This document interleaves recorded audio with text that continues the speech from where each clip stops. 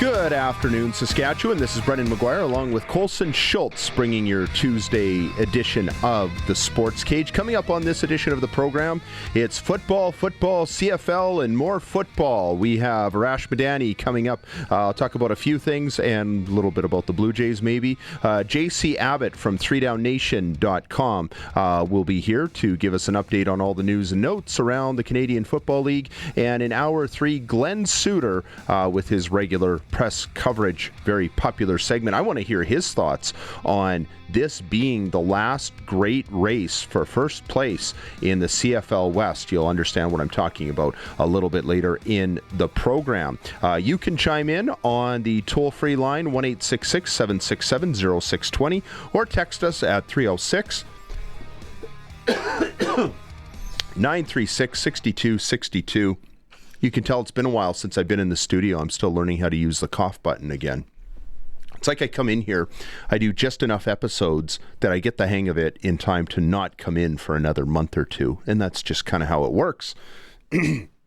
All about being a backup. Something we could talk to Jack Cohn about, I suppose. But right off the hop, in our Regina Red Sox report, we go out on the Western Pizza hotline. We are joined by Dante De Caria from Queen City Sports and Entertainment. Many of you know him as the broadcast voice of the Regina Pats on this very radio station.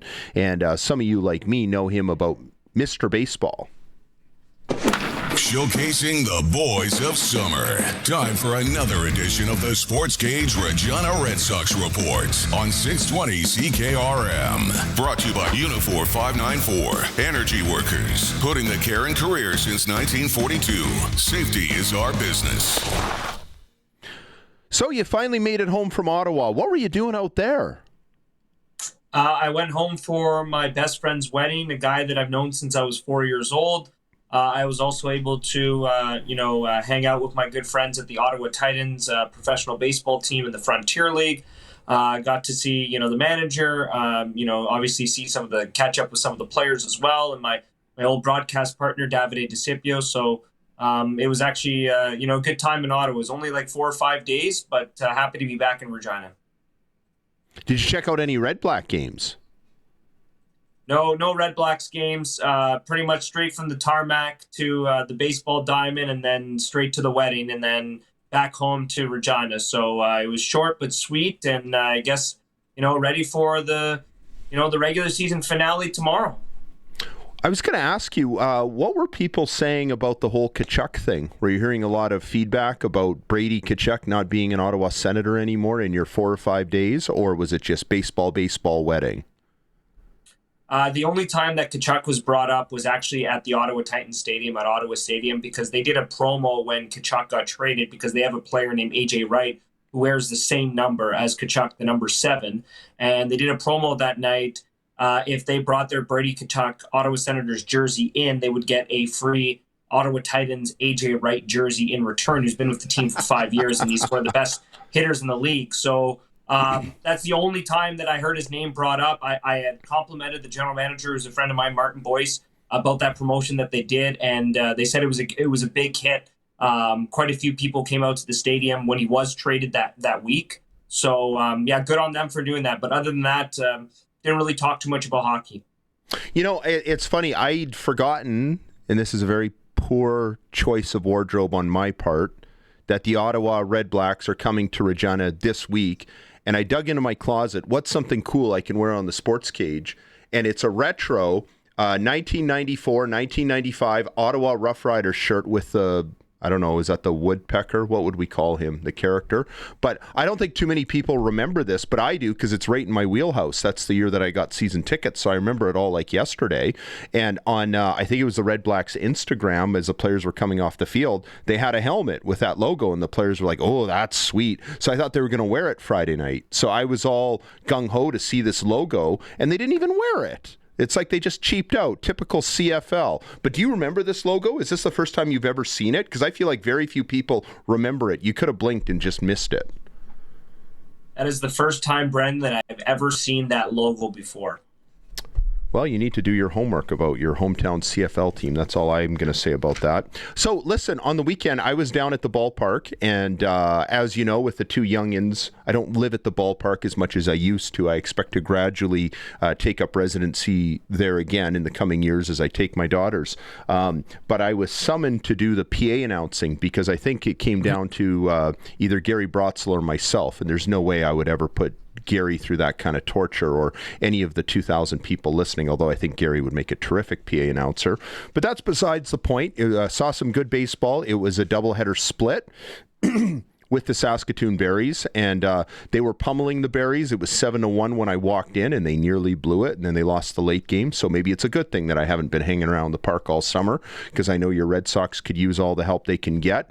My understanding is, just from looking at the standings and the head-to-head, I think this game is meaningless tonight, is it not? I think the Red Sox are going to finish third regardless of what happens these last couple of games. Is that right? Yes, that is correct. The Red Sox have clinched a playoff spot. The Saskatoon Berries cannot catch the Moose Jaw Miller Express, who have 40 wins. Saskatoon has 37 wins. The Red Sox are playing the Moose Jaw Miller Express tonight. They're actually going to be starting a affiliate player, a U18 player by the name of Nico Hasapis, who plays for the White Butte Broncos of the Saskatchewan Premier Baseball League U18 AAA program. So I don't know who Moose Jaw's starting, but I assume that they'll also be starting some APs as well. There's only 3 games left in the season for the Regina Red Sox. Of course, tonight, they'll play Moose Jaw. Saskatoon has clinched second. Regina has clinched third. Moose Jaw has clinched first in the Eastern Division. So the table is set right now. I would have to look at the standings. Maybe, Brendan, you can pull it up. I'm not entirely sure if Weyburn can still potentially catch Medicine Hat, or if Medicine Hat has clinched fourth or not. I just know Regina has clinched third, and they'll play Saskatoon in round number 1, which is expected to get underway this weekend. Yeah, and the Beavers they have 3 games left, so they could get to 23 wins, which would be one better than Medicine Hat, provided Medicine Hat loses out. So yes, there's still a possibility there that the Beavers could catch the Medicine Hat Mavericks. So in the booth, and by the way, it's the first time I've ever PA announced for the Red Sox. It's crazy. I've done over 100 webcasts for sure, but never PA announced, and I got a new appreciation for everything they have to do, all the chaos going around. Let's just say there may have been a batter or two who maybe forgot to get introduced. But I was going to say, somebody pointed out to me that this first round matchup with Saskatoon might actually not be all that bad for Regina. I counted up, I think it was 10 head-to-head meetings, and the Red Sox won 4 of them. So not stellar, but not a terrible matchup for a first round. I think you'd have to be okay with that, wouldn't you?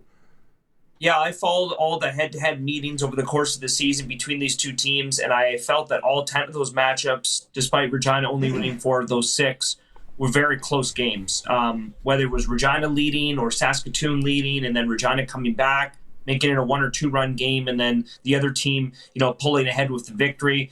The season series was very close. I don't think Saskatoon's as good as they were last year when they were led by Carter Beck, who ended up being drafted 26th overall by the Atlanta Braves. And by the way, I saw that he made his professional debut over the weekend with their Class A affiliate. So that was really cool. The highest drafted Saskatchewan-born player in history. So Saskatoon was a juggernaut last year. Moose Jaw has obviously taken the reins as the number 1 team in the Eastern Division after finishing 4th in the division last year. Regina finished 3rd and played Medicine Hat in round number 1, defeated Medicine Hat, and then defeated Saskatoon in round number 2 after they defeated Moose Jaw. And then Regina ended up beating Sylvan Lake in the league final for their 3rd WCBL championship. But in a 3-game series, anything can happen. You kind of put all your chips to the middle.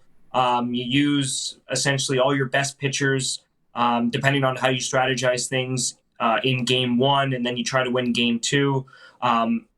It's 3 straight games and 3 straight days. So kind of like a regular baseball series. I know they don't really have series in the WCBL just based off how the games are spread out and travel and stuff like that. But generally everywhere I've worked in professional baseball, it's all 3-game sets. In the MLB, they do 3 or 4 game sets as well, so kind of similar to that. But baseball is an interesting sport because when you play a 3-game series, anything can happen if you get hot at the right times. The Red Sox have been playing some really good baseball down the stretch, in particular since the coaching change. whether that means anything or not. They've gotten some good defense, some good pitching, some timely hitting as well. Their older players are performing. Brady Bye's been very good. Obviously, Jalen Myers and Ian Montz and Daniel Castellanos, and even a guy like Fowler, who's been able to play some shortstop and some second base and pitch as well. So we'll have to wait and see what happens. I mean, obviously, Saskatoon is the favorite. They do have 37 wins. Regina is, under 500. They'll finish the season under 500. They were 2 games over 500 last year. But, yeah, honestly, in baseball, it's not like hockey. If you would have put, say, for example, last year, Regina against Medicine Hat in the best 2 out of 3 series, Medicine Hat would probably win that series. It's just how the sport works. Baseball is just different. You never know. Yeah, you know me, I'm an old soul, and I always complain about how things are and wishing they were more like they used to be. But then we have to remember that it'd be really boring if it was the way it used to be, if you only had the first place teams getting into the postseason. So it is exciting that they're still going to have a crack at this. And the truth is, like you said, their record's not a lot different than it was at the end of the regular season a year ago. I wonder if, let me back up a second. Okotoks, for about a decade, had the best record or close to the best record year after year after year after year, but never won any championships. And because of exactly what you're talking about, all it takes is for you to maybe get a guy injured or a player go home, and you struggle for a week and you're done. Just like if you catch fire, then you have the sky's the limit for you as well. I wonder if in that Barry's dugout, they're thinking about what happened last year, and yeah, they'll use it as fire, they'll use it as motivation, but it's also going to make them really nervous, thinking that, wow, we had a 13-game lead on these guys in the regular season. Remember what happened last year? This could all come tumbling down. I almost think that mind game could help the Red Sox. Yeah, I mean, Joe Carnahan has been through it before with Swift Current. Obviously went through last year with the Berries, a team that only lost 9 games in the regular season. They were a juggernaut. Obviously, Carter Beck had a lot to do with that, but they do have some returning players from last year's team. Nathan Houston, who's a local product from the Regina area, has played for Moose Jaw and Saskatoon now in the last 2 seasons, would definitely remember how that felt. He also remembered how it felt when he was with the Moose Jaw Miller Express when they were walked off by the Okotoks Dogs a couple of years ago when Okotoks won the league championship before Regina won it last year. And then you look at a guy like Ethan Murdoch, who, by the way, has now been hired as the strength and conditioning coach for the Swift Current Broncos. He came over with Carnahan from Swift Current to the Berries, and I think leads their team with over 15 home runs this season. He was a big part of their offense last year as well. So they do have some key returning players that were a part of last year's squad that did lose to Regina in round number 2. Meanwhile, the Red Sox also have a good nucleus of players that were a part of the championship team from just a year ago. You look at Brady Bye, who leads the club with home runs, Jalen Myers, of course, Daniel Castellanos, Ian Montz. Those are kind of the veteran offensive players that you could look at. And then on the pitching side, I know Crabtree wasn't with the team last year, but he has been with the club for each of the last parts of, I think, 3 or 4 seasons. And in the bullpen, you look at a guy like, Xander Udizanger. I know he's been sidelined for the back half of the season, but still a very important piece. And Victor Akabuchi as well is a very important piece to the bullpen and the pitching staff, to say the least. So they do have a good core of players that have been there. They've done it before. They have some, fairly new faces that haven't experienced WCBL playoff baseball. But as you and I know, Brendan, and as the hardcore Regina Red Sox fans know, and the WCBL fans know, it could be over like this, snap of your fingers. You could be in and out in 2 games. I went through it in minor league baseball when I was with the Blue Jays Class A affiliate at the time, the Lansing Lugnuts. We were taking on the Bowling Green Hot Rods, which were the Tampa Bay Rays Class A affiliate. In the minor leagues, it goes first half champions, second half champions. So if you win your half, you make it, regardless of who you have at the end of the season. And then the same goes for the other team. So I think it was the Lugnuts and the Hot Rods, the Blue Jays and the Rays affiliates had won the half. We were first and second in our division in the first half. The Rays ended up promoting all of their high-end prospects to they're a high A team in Charlotte at the time. I don't know if it's still Charlotte. The Blue Jays organization, Gil Kim was the farm director at the time, did the exact same thing. Both teams plummeted. I think the Rays affiliate, the Hot Rods, were much better off. But they absolutely decimated the Lugnuts. Everybody went up to the Dunedin Blue Jays. And I remember at the time when I was working for the team, we had Cesar Martin, our manager, begging on his hands and knees, begging, send us Alejandro Kirk, please. Send us David Schneider. Send us these players that were in rookie ball with the Bluefield Blue Jays. Well, the response we kept getting at the time, because we didn't have any players, they had promoted everyone, was, well, those players are not ready. They're teenagers. Gabriel Moreno was another player we had requested, who was a part of that Dalton Varsho trade a couple years ago with the Diamondbacks. We had requested Nate Pearson as well, who was rehabbing. He came and pitched one game. I think it was maybe 3 innings. We never saw him for the rest of the season. We were beginning the playoffs, first round matchup against the Hot Rods. It was a best 2 out of 3 series. Well, the Tampa Bay Rays organization decides to send down all of their players from their high A affiliate, which had not made the playoffs, which stacked them. We got no one, literally nothing. We are still the exact same team that struggled for the remainder of the season. Actually, Craig Albanez, the manager of the Baltimore Orioles, was the Hot Rods manager at the time.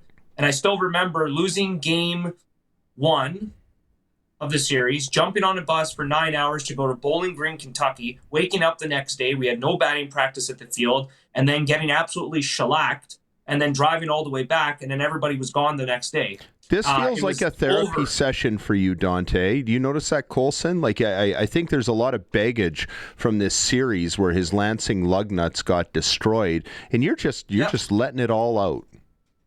I was upset. We had a great team that year. We had a great first half team. But again, I still remember it in the Lugnuts clubhouse, on our hands and knees, begging Gil Kim, the farm director, send us Alejandro Kirk, send us Gabriel Moreno, send us Nate Pearson, send us these players, David Schneider, send us these players. Please, they're not making the playoffs in rookie ball. Send it to us. And then the Rays did the exact same thing, and then we got absolutely smoked. And the playoffs, and I was so excited for the playoffs. Think about it. 142 game season, 442 game minor league season. You slug it out all year long, and you're out in 24 hours. It's just insane. And that's how it works in the WCBL because of, the players having to go back to school and transferring and et cetera. We'll see what happens. And let's hope the Red Sox season doesn't end in a weekend stretch. It could, but it also could for the Saskatoon Berries. Which would be hilarious. Hey, they're not making you stay overnight in Moose Jaw tonight, are they? On the way to Swift? I'm not going to Moose Jaw tonight. Oh, you're not going. Okay. Phew. No, I'm not. Okay. Most broadcasters wouldn't go to Moose Jaw on a bet. Anyways, I was going to ask you. They got a legendary broadcaster over there, so I don't need to go. Who, Carnes? No, Rod Peterson. Oh, the icon. Oh, I forgot about him. Yeah, of course. He's doing the Miller Express stuff. He comes in from Florida in the summer just for the Moose Jaw Miller Express. Cool. Okay, I want to ask you a bit about the Regina Pats. There was a comment online about Gord Miller saying during, I don't know what tournament, the Holinka tournament. Is that what's going on right now?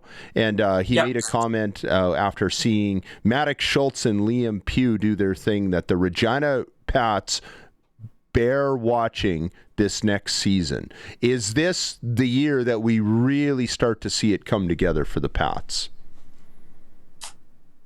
Well, I would like to think so. I think that they're going to be a highly competitive team. Super excited with a new coaching staff. Dave Bell has a ton of experience, both at the junior level and obviously at the American Hockey League level with, most recently the Ottawa Senators, Belleville affiliates. So he brings a ton of experience to the team. Del Pedrick and Terrace McEwen are experienced assistant coaches in the Western Hockey League, so they should be a nice kind of support staff with Max Paddock in there as well. On the ice, Parker Trottier, a 6th-round pick of the Montreal Canadiens, will really help Liam and Maddox this season. And obviously Zach Lansard, who was drafted in the 3rd round by the Carolina Hurricanes, will be an important piece this year as well. the 3 European players who have the same agency as Maddox and Liam, and by the way, Connor Bedard, Newport Sports, who has obviously a really good relationship with the Pats. They've had Svozil, Suzdalev, Tanner Howe over the years from that agency, and even Ewan Hue. So the 3 European players that were recommended at Dale Durkach and Tristan Fry, the management side, are expected to be good players as well. So I think the team is shaping up quite nicely. I know they have to make some decisions on their overagers. I think they have 5 returning 20-year-olds. You can only have 3, so they're going to have to make decisions at training camp on who's in and who's out. As far as Maddox and Liam, nice to see Liam Pugh score 2 goals for Canada as they killed Switzerland. I know it's going to be a little bit of a different test tonight when they take on Slovakia, a much more competitive team than Switzerland. I saw Ewan Hue's brother, younger brother, get the start in net for Switzerland yesterday, so that was cool to see. I know he didn't fare too well, but Maddox and Liam playing on the same line, super special players. They're underagers playing in that tournament. They'll have to play essentially in back-to-back U18 tournaments at the Linka Gretzky. They'll play in it next August as well. That's pretty much a lock considering they're playing in this year as underagers. I mean, Landon DuPont is going into his draft year. Maddox and Liam's draft year is not till 2028. So, Gordon Miller obviously knows what he's talking about. The scouts there, I'm sure, know what they're talking about as well. But I think people here in Regina have watched these players play, both the Pat Canadians and the Pats, for the last calendar year. And with Maddox Schultz, they've watched him play essentially growing up through, the minor hockey ranks. And now with the Regina Pats, he had 30 points in 34 games last year. He was unbelievable. So I expect those 2 players to be really important, but you can't just win hockey games with 2 players. I think we witnessed that with the Pats in the 22-23 season, with Bedard leading the charge and Svozil and Suzdalev and Tanner Howe and Borja Vallis, but just didn't necessarily have the depth and the support cast to take down a very good Saskatoon team, and ultimately fell short in Game 7 of that series. And Regina was up 2-0 in that series, but just didn't have enough depth to have a deep playoff run. So I know Dale and Tristan are looking to take a step this year. They lost in 5 games to Medicine Hat last year. This is a team, as I mentioned, that has added some good European players. The acquisition of Parker Trache should help from the US NDP program. Zach Lansard is a year older. Reese Hamilton is a year older. Matt Peranich is a year older. Things are starting to shape up quite nice. And, Maddox and Liam, they'll be very important players at 16, but guys like Keats Fawcett will have to continue to, be 30-plus goal scorers like he was last year. And they're going to have to get contributions from other players. I think Mathis Paul has a chance to potentially get drafted this year. I had a good conversation with, some scouts around the NHL about him, and they're already looking at him for next year's NHL draft. He's a big 6'3" power forward, ton of size, can skate well, good touch around the net. So I like the Pats forward group. I think there's a question in net. Marek Schlenker is a 20-year-old. Tabashnik is 19. Do they roll with a 20 and a 19-year-old? I don't know.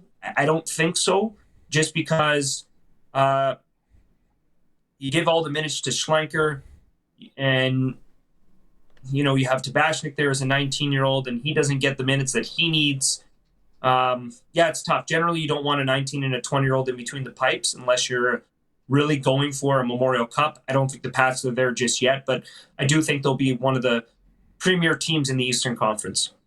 You gave a very long-winded, articulate answer. You will make a great politician one day. But do you want me to shorten that for you to, I think we're going to be pretty good this year, Brendan, but our Memorial Cup year is the year after. Yeah. That's a pretty good analysis right there, to be quite frank, Brendan. I don't like saying the Memorial Cup stuff because I got in trouble with that when I was first started with the Pats in 21-22. Everybody said, well, the Pats are going to the Memorial Cup in Kamloops in 22-23. That didn't happen. They were kind of in no man's land, trying to make moves to help the short term and the long term. Those moves didn't work out.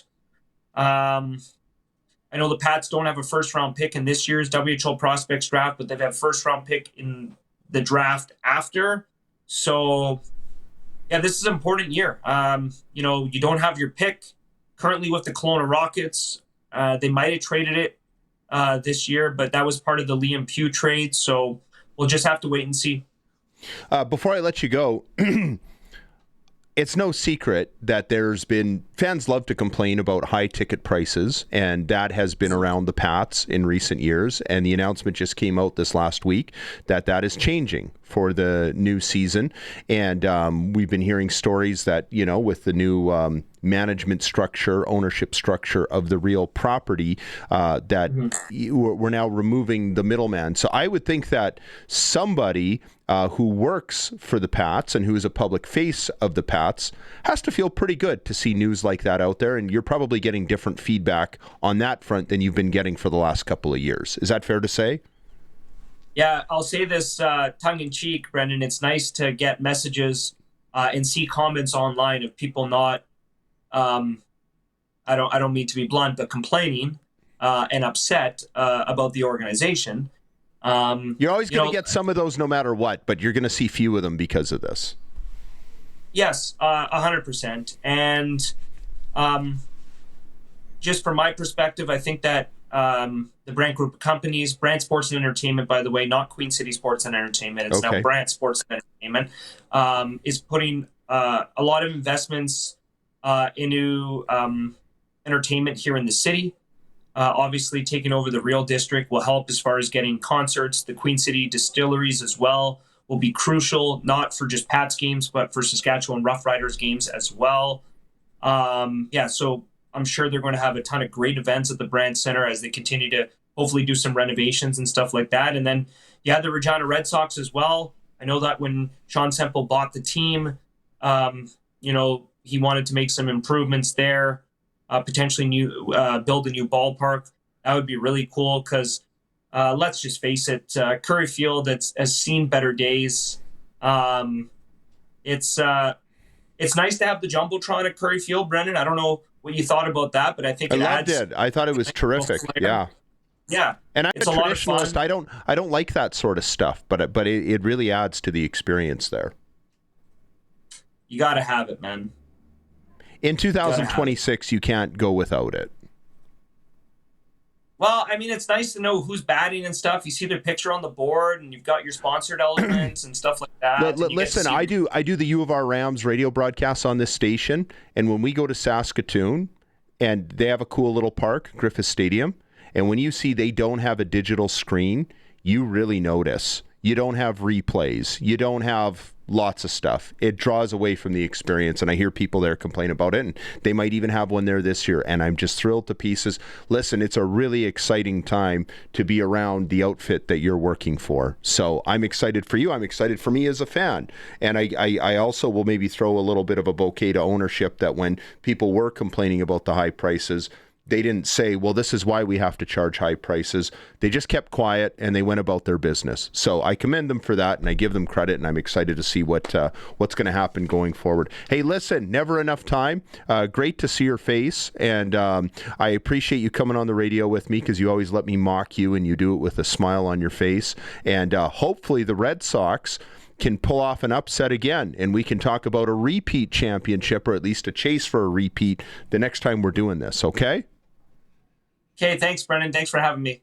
Okay, that is Dante De Caria, the voice of the Regina Pats, with Brandt Sports and Entertainment taking over, I was going to say the world, but more the Real District, the Regina sports world, let's put it that way, everything but the Rough Riders.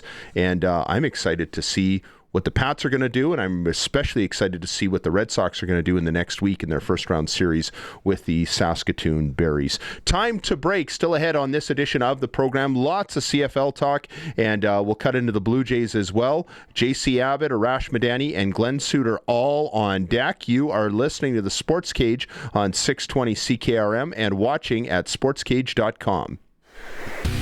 Brendan McGuire and Colson Schultz with you on this Tuesday edition of the Sports Cage. Very happy to have you along with us. Still ahead on this edition of the program, I'm curious to hear some opinions on whether or not the Ottawa Red Blacks can go 0-18 this season. No team in professional football has ever gone that far in a losing season. I suspect no team in football history, period, has ever gone 0-18, because the only league that has an 18-game schedule is the CFL. And It was funny. I don't want to spoil the TV show that we have coming up tonight in the Huddle on Access, Tuesdays and Thursdays at 7 p.m. We talked with Andrew Green today on the program, and we reminisced about 2003 when the Rough Riders were the one team to lose to the Hamilton Ticats, who went 1-17. That's the closest I've seen anyone going over an entire CFL season. We have seen NFL teams do it. The Detroit Lions in 2008, I think it was, went 0-16, and then the Cleveland Browns a few years later. But that's it. So that would be remarkable. The Red Blacks are 0-7. I think they will get a win. It won't be this weekend, I don't think. And what's astonishing about them is they keep finding so many different ways to lose. It's not like their offense just sputters nonstop and everything else is okay. It's not like they have this really leaky defense. It's not like it's just their short yardage offense, although that's been a big problem in a red zone offense. It's not just their short yardage defense or special teams. It's all of those things with these guys. They have snatched defeat from the jaws of victory so many times in so many different ways, including the last Saskatchewan-Ottawa game earlier this season. Remember, Ottawa had them down 10-0, and then they fumbled a kick return, and you just knew in that moment that they were going to fold like a cheap suit, and they did. And the Rough Riders came roaring back to win that football game. So I'll be curious to hear prognostications on how likely it is that the Red Blacks could run the table one bad practice at a time, one bad call at a time, and one missed play at a time. But that's been reminiscent of their season. And I remember when the Red Blacks came back into the CFL, the narrative, well, first time they joined the CFL in 2014, I should say, Ottawa came back into the CFL, and the narrative was, we're going to be different from how the Renegades were and how the end of the Rough Riders were. And it feels like they have totally morphed into what those teams were, and you almost wonder if they're even worse.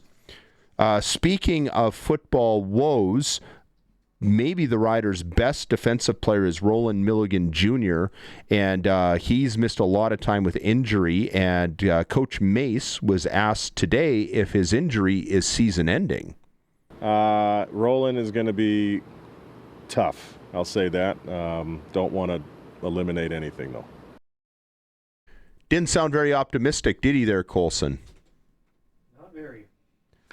So we'll see how that goes. Injuries are part of the sport. You know what? I have to give the Riders a lot of credit because they've had a lot of injuries, even in this last game. They were without, no A.J. Ouellette, and their record is significantly better when he's in the lineup than when he's not, largely because of not just how he carries the football, but things he does away from the football, his blocking. And they were without Sam Emilus, who might be their most important offensive weapon other than their quarterback. And they had a few other players who were out. Oh, Tavon Campbell had to leave the game late. And that's a real kick in the you-know-what. So they were missing a lot of players for a good part of that game, some of them the entire game, and they pulled it out. And some have diminished the significance of this win in Edmonton because the Elks took so many bad penalties, and they did. They made a lot of mistakes. But every team has at least one game in a season where they do that. And sometimes those penalties happen out of the pressure cooker of a big game like that. And it comes down to which team maintains its poise to the final gun and which team does not. And the Rough Riders did a much better job in that game in maintaining their poise than the Edmonton Elks did. There was a lot of silliness happening over on that Edmonton side. Now, one can expect that they will, and by they I mean Edmonton, will have learned their lesson and you will not see them do that again. But that is not a guarantee either. We have seen many teams over the years who come storming out of the gate and looking great, find ways to lose because they can't maintain their composure. So this Elks are winning and the Elks are good is a very new thing. Can they handle success? And we see it with teams in every sport, and we've seen it many times with the Rough Riders, that when the team gets hot and they get that taste of success, can they manage it? Can they manage those expectations? We're just starting to find out with the Edmonton Elks. So far, they've done a pretty good job, but it's still pretty early, and they didn't do such a great job Saturday night in Edmonton. No, and the bench penalty definitely showcases that too, because it's one thing for some players to be getting rowdy on the field. It's another thing when the coaches start getting involved in that. But for Edmonton's sake and for the league's sake, I hope they get it together. Because like you said, it's one of those things where they can start hot, but then start falling apart. And it's nice to see Commonwealth full again. So I really hope that, again, for the league's sake and for Edmonton's sake, we're not seeing too much more of this. Well, I think Edmonton hosted a playoff game every year for over 20 seasons, if I'm not mistaken, or about 20 seasons. I'm talking from about 85 to 2005. They had a home playoff game every season.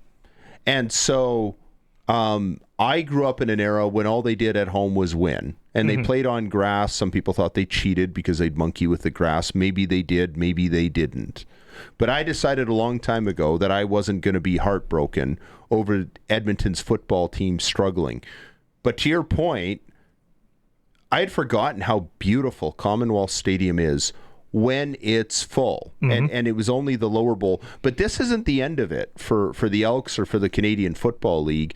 Their work isn't going to be done until that one side of the upper deck is full and then the other side of the upper deck is full. We've seen it many times before, and it's a great CFL town. It is. It always has been. But I think for the fan base that used the excuse they didn't like the name change, I think that's gone. I think you have to get over that at some point if you're a real fan, and if you don't, then you probably didn't love the franchise all that much to begin with. Yeah. I do appreciate them bringing back the double E logo. I think that's just a nice way to homage as compared to the Elk logo, which isn't a bad logo. Yeah, I wasn't sure why they did that Elk thing at all, but when they picked that name, and I thought it was the best name. I've heard differing opinions. Some people say it should have been Edmonton Energy. I think Elks was fine. They could have had a little more fun with it, like have a game where they give out some cheap little rubber like elk antlers that the kids can wear. I don't know if they've done enough of that. I've seen foam, not rubber. Foam, well, whatever, whether it's rubber, foam, whatever. But and to be fair, I can sit here and lecture the Edmonton fans about who cares, it's just a name change. If you came and told me that the Rough Riders had to change their name for some reason, I don't know that I'd be on board with that either. So we have to realize and respect that it is more than just a name of a sports team, especially one as long-standing and iconic as the Edmonton football franchise is more than just a name. I was going to mention about the kicking situation. There are some who are wondering if Alex Hale needs to be replaced or if they need someone to come in and challenge him. Just practice, kind of like late last season. I think the Rough Riders brought 2 kickers, if I'm not mistaken. I remember Campbell Fair being one of them, to practice with the team when Brett Lowther was still here, and Coach Mace offered a few thoughts about that. Yeah, you always look at all those different options. We'll see, but ultimately, we're gonna have to send somebody out there to get the job done. And right now, Alex has been here and doing that. I'm gonna have faith in him to do that. If we choose to bring somebody in for competition, we'll always do what's best for the team. But Alex is more than capable of doing it. We've seen it. I think they should just leave the kid alone and just give him the season, unless it gets like really bad off the rails, which it's not. For comparison's sake, yes, Brett Lowther is 20 of 20 this season, so that makes it look bad. But Brett Lowther wasn't kicking that way here last year. Through 17 field goal tries, Alex Hale is 12 of 17. For anybody keeping score, Brett Lowther was 11 of 17 this time a year ago. Now, Brett didn't have a very good year, but they did win the Grey Cup. So there's that. And so I don't know that they need to pile all this pressure on this kid. Maybe, and I'm talking about Alex Hale, just let it play out. I mean, if his percentage gets so bad that he's like below 50%, okay, obviously you have to go out and find somebody and bring them in. I think what drives me a little bit nuts, and I'm not picking on Alex Hale, is the Global Player Initiative. I'm fine with the idea, but the problem is that there are so few non-North American players who can play any position but kicker. And so what that has done is it has loaded up all of the teams, including the Saskatchewan Roughriders, with place kickers and punters who are not Canadian, they're not American, they're from some other country. And it has saturated that one position to fulfill this global initiative. They're just not executing it well enough. I don't think you ever want to have a situation where, whether it's a Canadian, American, or whatever, are always at this position. That tells me that the mandate is failing and failing badly. Another thing, and I know I've got to take a time out here, we've gotten rid of the rouge. We haven't gotten rid of it, but we've changed it. We've modified the rouge. And I like the fact that in the Hamilton-Toronto game, Liram Haralahu lined up for a chip shot field goal to win the game. He missed it. It sailed out the back of the end zone, and the Argos lost. That worked really well. I noticed that there was one play when Hale missed the field goal in Edmonton where the returner got out of the way. We watched the ball bounce on the ground and go out the back. And I thought, I'd kind of like to see someone try to make a football play here. So that's one collateral damage, casualty, whatever you want to call it, from the rule change, which is not perfect. And we're going to have to give it some time to see if this modified rouge actually makes the game better or not. I'm still optimistic about it, but we will see. Time to break. We'll have more football talk and some baseball stuff as well. You are listening to the Sports Cage on 620 CKRM and watching at sportscage.com. Lots happening in the Western Canadian Baseball League tonight as the regular season winds down. Some teams have as many as 3 games left. The Regina Red Sox just have 2. One of them is in Moose Jaw against the Miller Express. That's a 7:05 opening pitch start. The Red Sox will finish in 3rd place, and the Millers will finish in 1st place. So it's entirely possible that they will meet in the playoffs at some point, but some dominoes would have to fall the right way, and I think the Red Sox are hoping that the Millers lose to Medicine Hat, because Medicine Hat would be a much better matchup for Regina in the 2nd round than Moose Jaw would be. The Medicine Hat Mavericks are visiting the Swift Current 57s as well. The Mavericks will finish 4th, and Swift Current will not be part of the postseason. The Saskatoon Berries are visiting the Weyburn Beavers. The Beavers still fighting to try and claw their way in. The Berries will finish in 2nd and will play Regina in the 1st round. Holinka Gretzky Cup Tournament preliminary round. Slovakia is playing Canada. That game is set to get underway at 5 o'clock Saskatchewan time. Of course, Maddox Schultz and Liam Pugh playing for Canada. The Blue Jays playing the Houston Astros tonight, looking to make it 2 in a row over Dalton Varsho and his new teammates. That is a 6:10 opening pitch set to start right after we go off the air here on the Sports Cage. SportsCage.com poll, now that the prices have been lowered for the tickets for the Regina Pats. Are you more likely to attend a game next season? I voted yes. You can vote too at SportsCage.com. And that is the sports ticker for this Tuesday, August the 4th. Still ahead on this edition of the program, we will check in with JC Abbott from 3downnation.com. Also, Farhan Lalji has a few thoughts to pass along. And we will go to the West Coast for Glen Suitor for his weekly press coverage dealings as well. But we were talking about the Rough Rider victory. One thing I wanted to bring up, and this is doesn't have a tie-in to the current Rough Riders, but Amon Green, many of you might remember, was a pretty good running back in the NFL with the Green Bay Packers for a while, and for a short time at the end of his career with the Houston Texans. And I remember talking to Kenton Keith, a former running back with the Riders who went down to the NFL and had one really good game with the Indianapolis Colts. And he was telling me that in high school, he and Amon Green were billed as kind of the 2 stud running backs. Sorry, I don't remember if it was high school or college. I think it was high school. And so I'd be curious to hear what Kenton thinks about Amon Green announcing that he has early onset Parkinson's. 49 years old. And so we've been hearing a lot about head injuries and long-term effects in football. And there have been a lot of changes made, and it's still too early to know if those changes are effective or not. And what I'm talking about is the way we protect players from being hit. Though I don't know that we would protect running backs any better than we did 20, 30 years ago. The helmets are different. I think those are very different, and that's a good thing.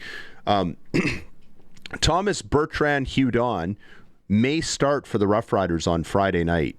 And I can't wait to talk to him and learn about his decision to wear that beanie cap on the field. He might have been the first player in the league, certainly the first Rough Rider to do it. He was the first pro in any league. Okay, and he did it in the warm-up, and then he started a game with it, and then I think he went away from it, and now he's doing it again, which I think is great, but I'd be curious just to hear about his thought process, and I wonder if it's just a macho thing, why more guys don't do it.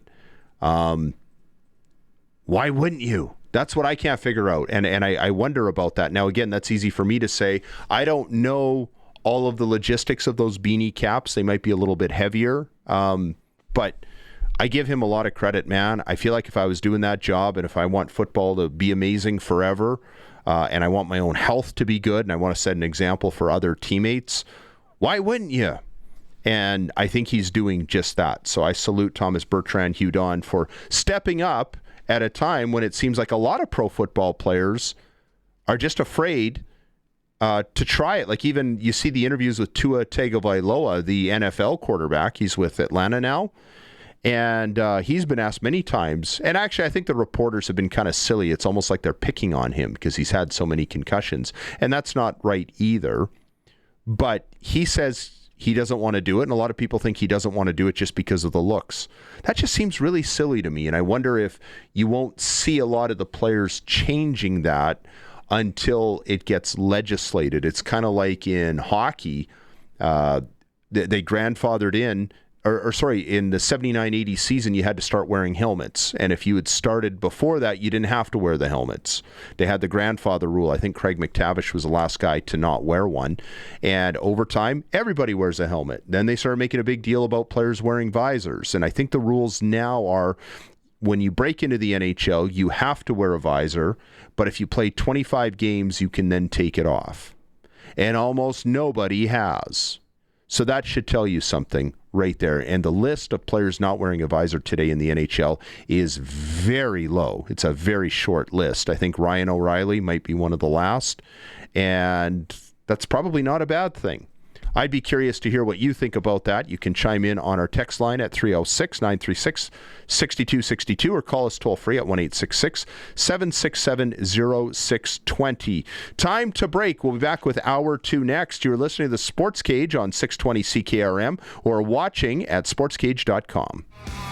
Brendan McGuire and Colson Schultz on this Tuesday Sports Cage, province-wide on the almighty 620 CKRM and also at sportscage.com for those of you watching on the YouTube channel. You know what's really sweet about the YouTube feed is when I was a little boy, I used to bring my transistor radio to the Rider games, and I still do that because you can't always get the audio synced up with the play unless you actually have the transistor radio. I ordered one from Walmart. I waited like a week for it to arrive. It's not so simple to get a transistor radio like it used to be in the good old days, but I've started listening to Dave and Luke and Tegan do their call on my Bluetooth at home, and then I put on the video, the TSN feed, and I put it on silent, and it's really easy to sync up, and it's actually pretty sweet because you get all the sound. The radio sound on a broadcast is always so much better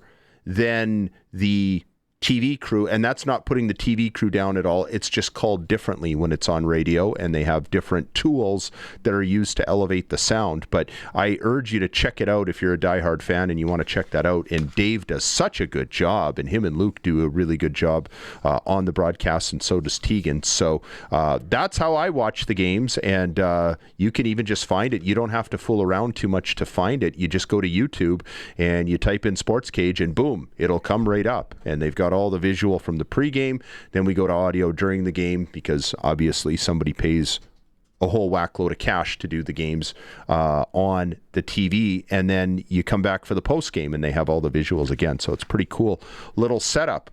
Look at me just being all corporate and pumping up the Rider radio broadcast. Okay, let's get to Arash. It's time to go coast to coast with Arash Madani for Smart Investing Solutions. Be smart with your money. Call Brian Gawley at Smart Investing Solutions, 546-2533.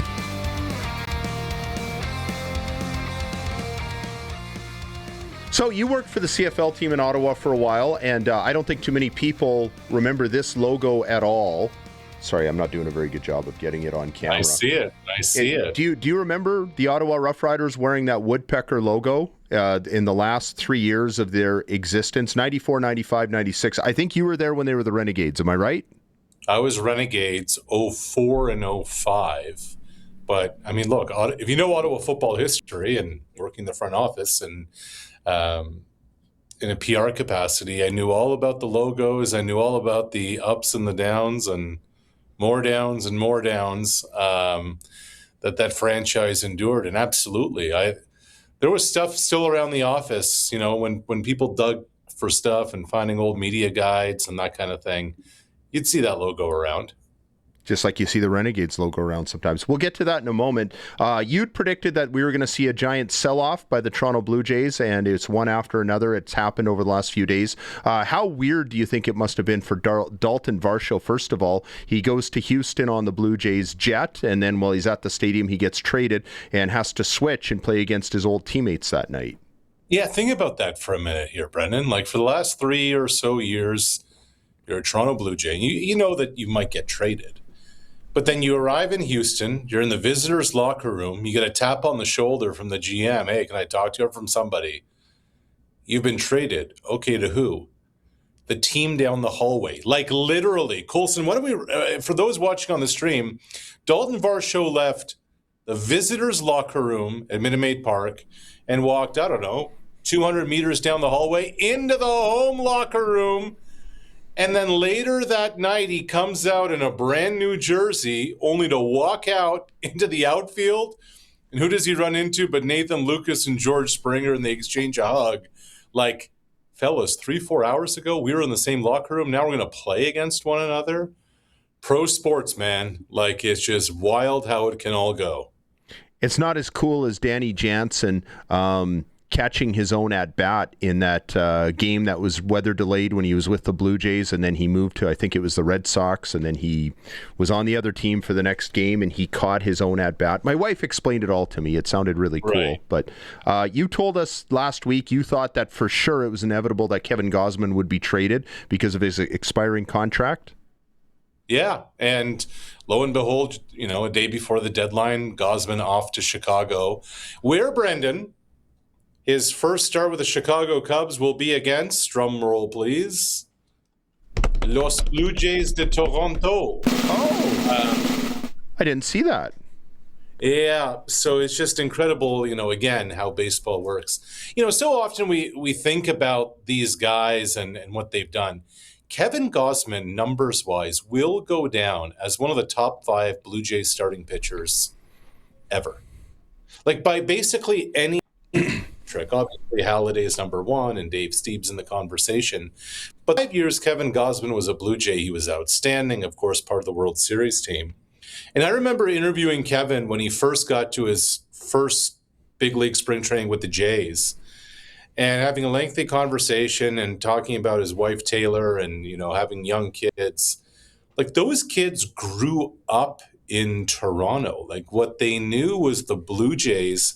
And Kevin's wife, Taylor, has been pretty emotional over the last couple of weeks. End of a chapter. 5 years is a long run in a place anywhere in pro sports. But then, especially when you're raising a young family, they basically, those kids grew up at the ballpark. I appreciate what Gausman said. He said, look, this isn't the end in Toronto, because when I retire, I'll be around. I'm coming back to, be a presence. So from an alumni standpoint, he wants to be a Blue Jay through and through.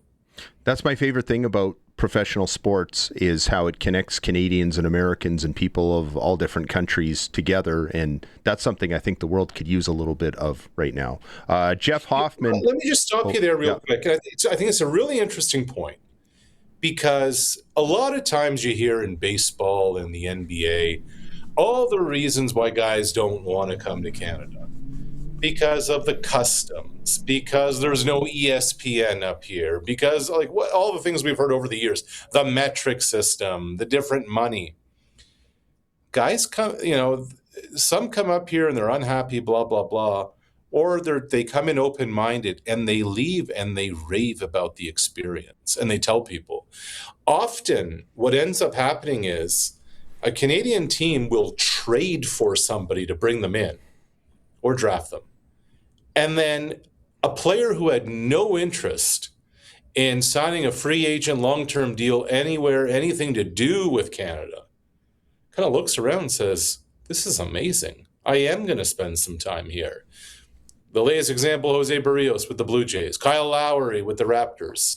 On and on we can go about guys who didn't think anything of it, of being up here in Canada, and then they get a taste of it, and they're down.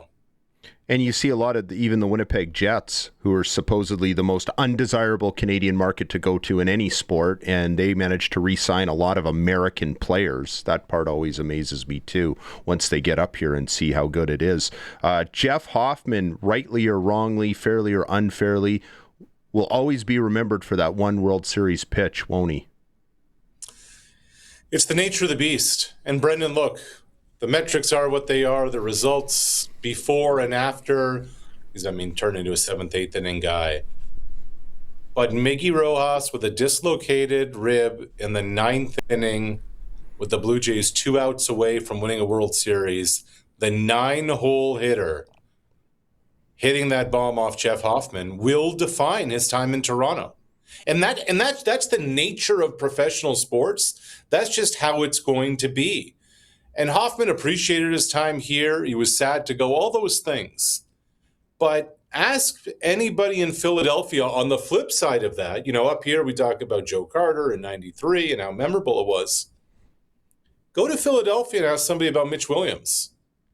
It wasn't a walk-off to win it, but it ended up being the walk-off to really, in a lot of ways, lose it.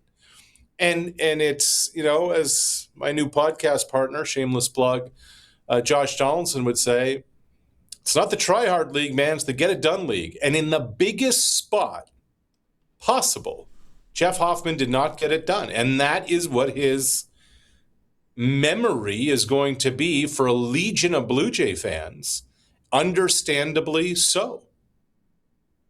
Just think about maybe the greatest career Montreal Expo pitcher of all time, Steve Rogers. Nobody really remembers that he beat, I forget who the really good pitcher was for the Phillies twice in the playoffs that season, and but he gave up on Blue Monday, so that's what everybody in Montreal remembers.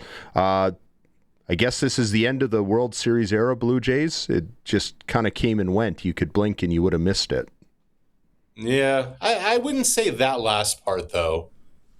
It really felt like last September and last October kind of meant something. I think there are a lot of people listening and watching right now who probably hadn't watched a lot of baseball. And then from about, October 20th onwards, it became appointment TV for them.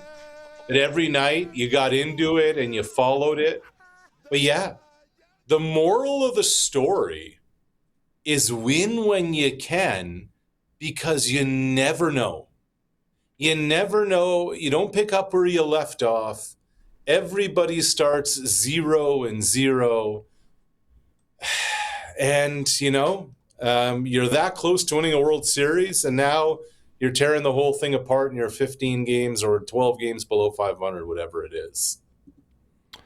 Yeah, I often did the comparison of Anthopoulos to these guys, and he's won a ring with the Braves. They haven't. But that was a pretty cool year. I agree. And even the post-game celebrations in the playoffs for my wife and I, that was like must-see TV, and usually we don't watch all that goofy stuff. So it was a pretty cool memory anyways. Well, we've been talking CFL all show. Actually, we haven't talked that much of it yet.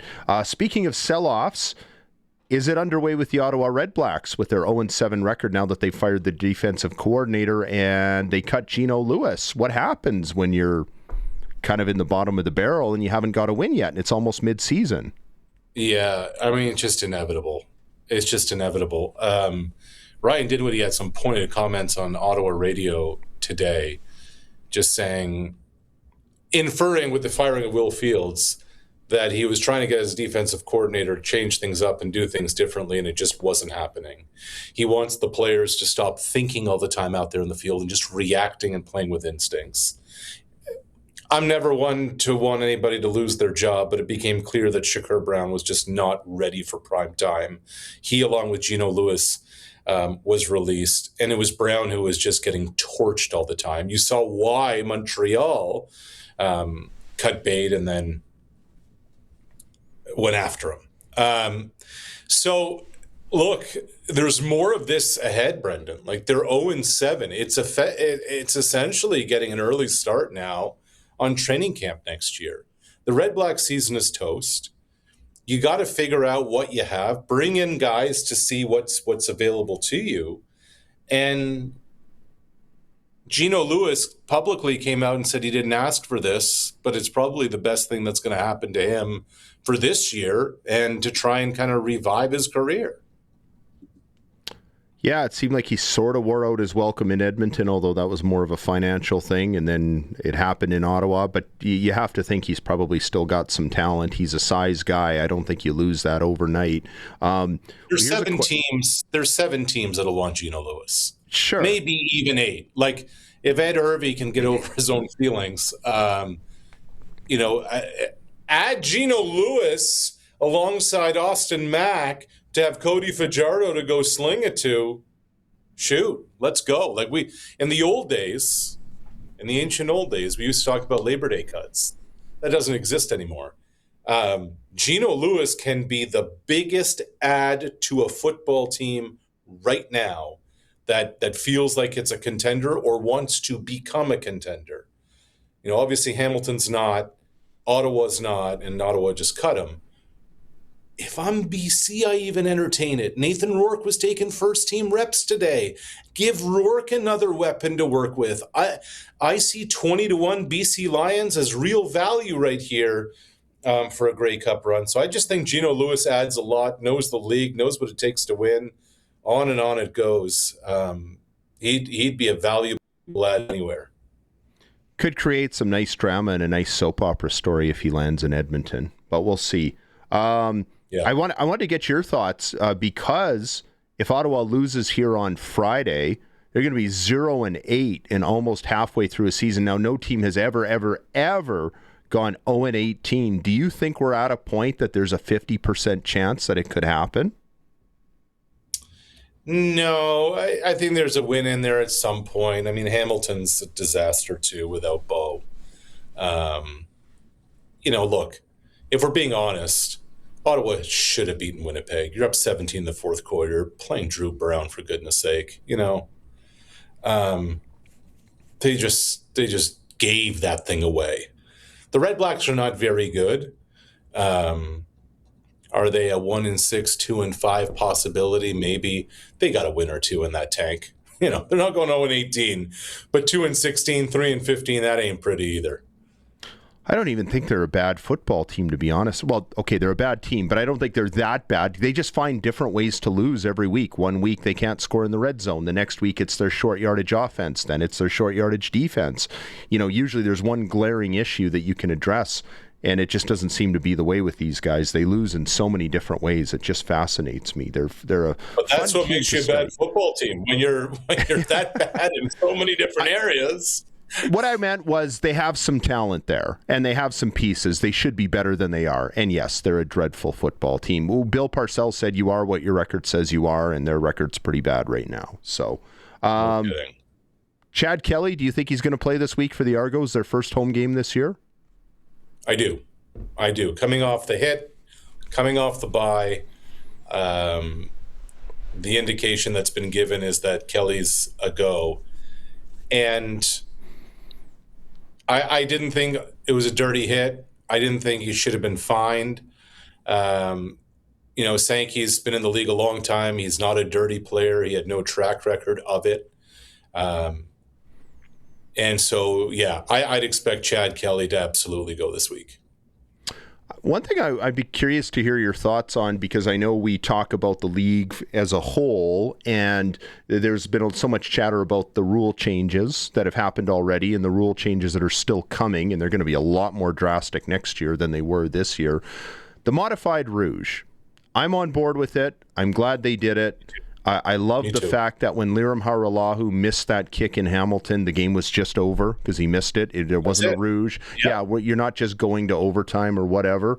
But then I watched the Rider game in Edmonton. I watched a few other games. Like when Alex Hale missed the kick, I watched the return man get out of the way, watch it clunk off the ground, and roll out the back. And that was the end of the play. And I thought, I don't know, something's missing here. It's like I'm almost getting cold feet with all this. What do you think? Okay, so I'm having a hard time understanding the rationale that there will be no more missed field goal returns for touchdowns. I'm a Minnesota Vikings fan. I still can see 2007, the Chargers, I think it was Antonio Cromartie. And I was just going to say Antonio Cromartie. I know exactly what you're talking about. Yeah. Like if it's a long field goal, if it's a 55-yard field goal, sure, and the goalposts are the back of the end zone, why not put a dude back there? That if the kick ends up being short, it's almost like a kickoff, return that sucker. Will there be fewer of them? Yes. Fewer opportunities? Yes. It does not eliminate it. And let's be honest, this year just feels like there have been more missed field goal returns for touchdowns than ever before. So I'm with you. When Haralahu missed that field goal, the game should have ended there. That's not the spirit of the Rouge. That's not what the Rouge is all about. And I really believe that we're still going to have a missed field goal return for a touchdown either next year or the year after. And then what will people complain about? That's what I really am fascinated by, Brendan. No, that's a good point. And I don't have any analytics to back this up. Maybe I should be more of an analytics data guy. But I believe that because of because of those missed field goal returns happening so often, I think that some coaches have been afraid, like they've wimped out from trying these long field goal tries. I feel like you're going to see more long field goal tries that could lead to more of those returns happening. And certainly we're not going to see them disappear completely. You're right. We're going to see fewer of them, but we're not going to see them disappear completely. Where I think the naysayers are missing the point is that now with this new rule, we have created or will have created a no zone between, I think, the 25 and 40 yard line or somewhere in there where you're too close to punt and you're too far away for a field goal. And we're going to see trickery. Teams are going to try and surprise punt, and you're going to see all kinds of crazy stuff happen. That's my thought. Well, I'll tell you this. I'm watching that Winnipeg game last week. And not only was that one of the worst losses that this team has had in the last, I don't know how many years. It's dreadful. But Mike O'Shea's insistence on 3rd and 2 to kick field goals, like, what are we doing here? Yeah, no, that's a good point. I was thinking that too. I'm glad you brought that up for sure. We're going to see more of those gambles. If you're in that no zone, if you're in that no man's land, man, let's go for it on 3rd and 4. Let's go for it on 3rd and 5. That's way more entertaining for again. Like I quite enjoyed when Winnipeg and Ottawa went to overtime and we're not playing for a tie anymore. And it was a bit of a shootout. Let's kind of see what the best 2-point plays may be. Let's get more offense and let's get less. Look, punters are people too. I get the kicking game matters, but let's get fewer special teams units on the field and let's get more offense on the field. Let's see more 3rd and 4s. Let's see more 3rd and 5s. I think that's what a lot of people want to see. I can tell you that's what I want to see. And when they changed the convert rules, a big reason was to get coaches to go for it more, or to go for 2 more instead of 1 and be aggressive. And they still aren't doing it. Sometimes you have to legislate it. And I think that's what we're doing. The most lovable thing about Bill Belichick, and there's not a lot of lovable things about him, but when he was in that no zone, if it was 4th and 5 or less, he was going for it. There was no punting. There was no field goal kicking. But anyways, we could kick that around. We will do this again later this week. Thanks for this, my friend, and we'll talk to you again. All right, Brendan. Always good, bud. Okay, that is Arash Madani on Coast to Coast. And really curious to see what comes of these rule changes next year. I think it's going to be better because I think you're going to see, especially when there's a wind at your back, quarterback, especially someone like Trevor Harris, just take the second down snap, drop kick it into the end zone, and have his receivers who are all on side chase after it. And I think you're going to see more of those rugby-style plays and surprise touchdowns that'll make up for those missed field goal returns. But we shall see. Time to break. You are listening to the Sports Cage on 620 CKRM and watching at sportscage.com. Clutch performer time. Let's do it. All right, I'm going to give two quick ones. I got to give one to the Edmonton fans for showing up. I read actually two things happened. One, Winnipeg's sellout streak finally ended, which with how bad that game was, I'm not surprised. But two, Edmonton had more fans in their stands than Winnipeg did this last week. That's unbelievable. Yeah, so got to give a clutch one to the Edmonton fans. And then, like, Wally Conley with the reverse hurdle. Like, come on. That's a pretty sweet play. Yeah. That's even cool. I'm not going to say it's cooler than Nick Lewis's hurdle that he did a few years ago, but that's still a pretty sweet play. Yeah. Those are good choices. I went a little off the map. I went with Johnny Johnson III because of that sweet kickoff return. Rob Vanstone pointed out on social media that 87-yard kickoff return, and it was the second kickoff return of the game right out. It was the answer to the Elks' opening drive touchdown, and I know we're showing it on the YouTube feed. And then not only did he make that return of 87 yards, it was the second longest non-scoring play on special teams in Rough Rider history, probably the second longest play, non-scoring play in Rough Rider history. 87-yard return. Craig Ellis had one longer. Craig Ellis was kind of Mr. Everything for a couple of years with the Rough Riders in the mid-1980s. But even right after that, Johnny Johnson III made a really tough catch that helped set up that first Rough Rider touchdown. So I thought it was a pretty cool story that he ended up here, and he played pretty well, and I think he's as worthy of a clutch performer as anybody else. Okay, great. We'll just go right to our next guest. We are going out on the Western Pizza Hotline, and he helped me with the TV show a little earlier today, so I'm making him do double duty. JC Abbott from 3downnation.com is here, and you know, we talked about it when we were taping earlier, and we just had Arash Madani on. Do you think there's at least a 50% chance that the Red Blacks could run the entire table in reverse? Like, one bad practice at a time, they just might do this, JC? I think it's far less than 50%. Now, is it impossible? Probably not. But this has never been done before in CFL history, right? We've never had an undefeated team in an 18-game season, and we've never had a winless team through an 18-game season, and there's a reason for that. It's because it's very hard to do either of those things. At some point, there's going to be an anomaly, and you're going to luck into a victory. Now, when you look talent-wise, I think the Ottawa have a lot of really good players, right? They've got several key components from that Saskatchewan Grey Cup team last year that are on that roster right now. It's not as if these guys are derelict of good football players. It's just an organization that has been incapable of finding ways to win over the last number of years and has a number of structural problems. Now, I think they will eventually figure that out enough to get a couple of victories, but it's not going to be enough to get them into the playoffs this year. I think that's safe to say at this point because it would be unprecedented, right? We've never had an 0-7 team make the playoffs in a CFL season. We've also never had a winless team through a CFL season. So you can bet on those two outcomes. They will get a victory, but they won't be in the postseason. This year's Ottawa Red Blacks would dearly love Stu Johnson's new playoff format. Unfortunately for them, the playoff format is next year. Personally, I think the playoff format change is a disgrace, but I guess I'll give it a chance because I don't have any other choice. I like most of the other rule changes. I even love some of the rule changes, to be honest. But this would be a real embarrassment for the CFL, wouldn't it? If there's an 0-7 team that's still in the thick of it, which is probably going to happen. I mean, that's inevitable when you have 8 of 9 teams getting in the playoffs. Like I feel like they've dodged a bullet PR-wise that Ottawa is having such a bad year before that change happens. It will happen. There will be an 0-7 team or worse that makes the playoffs under the new format.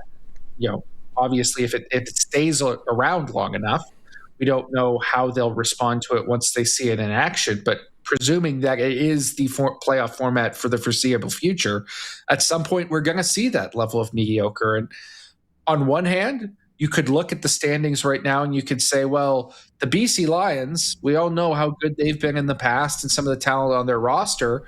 Well, if this is a format that would allow them to get into a playoff game and potentially shock some people with a bad record, maybe it's not so bad. And I can understand that argument.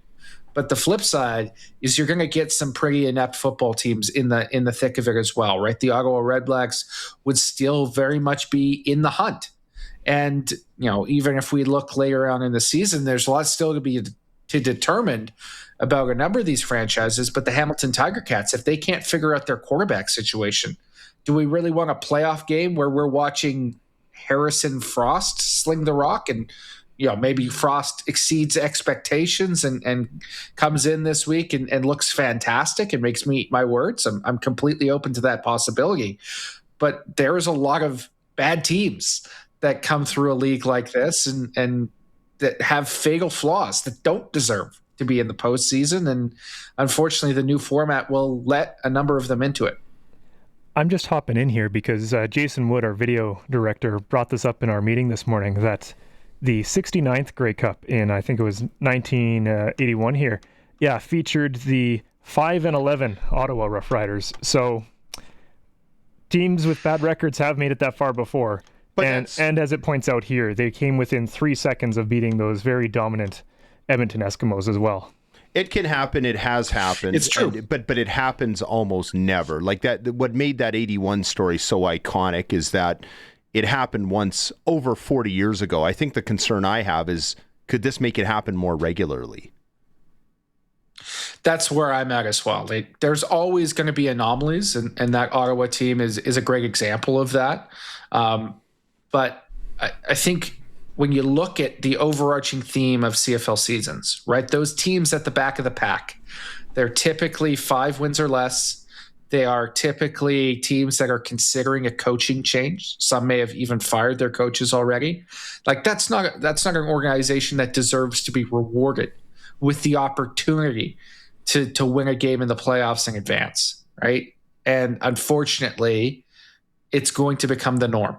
With this format, it's just inevitable because only one team's going to miss, and there's more than one bad team in any given season.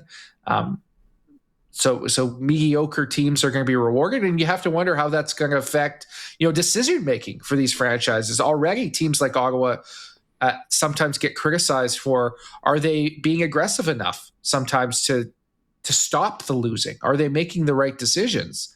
Well, if you're being rewarded with playoff games and extra opportunities, even if your team is terrible throughout the regular season, what's your incentive to get better, to invest in the product and to make bold decisions? That scares me a little bit. Yeah.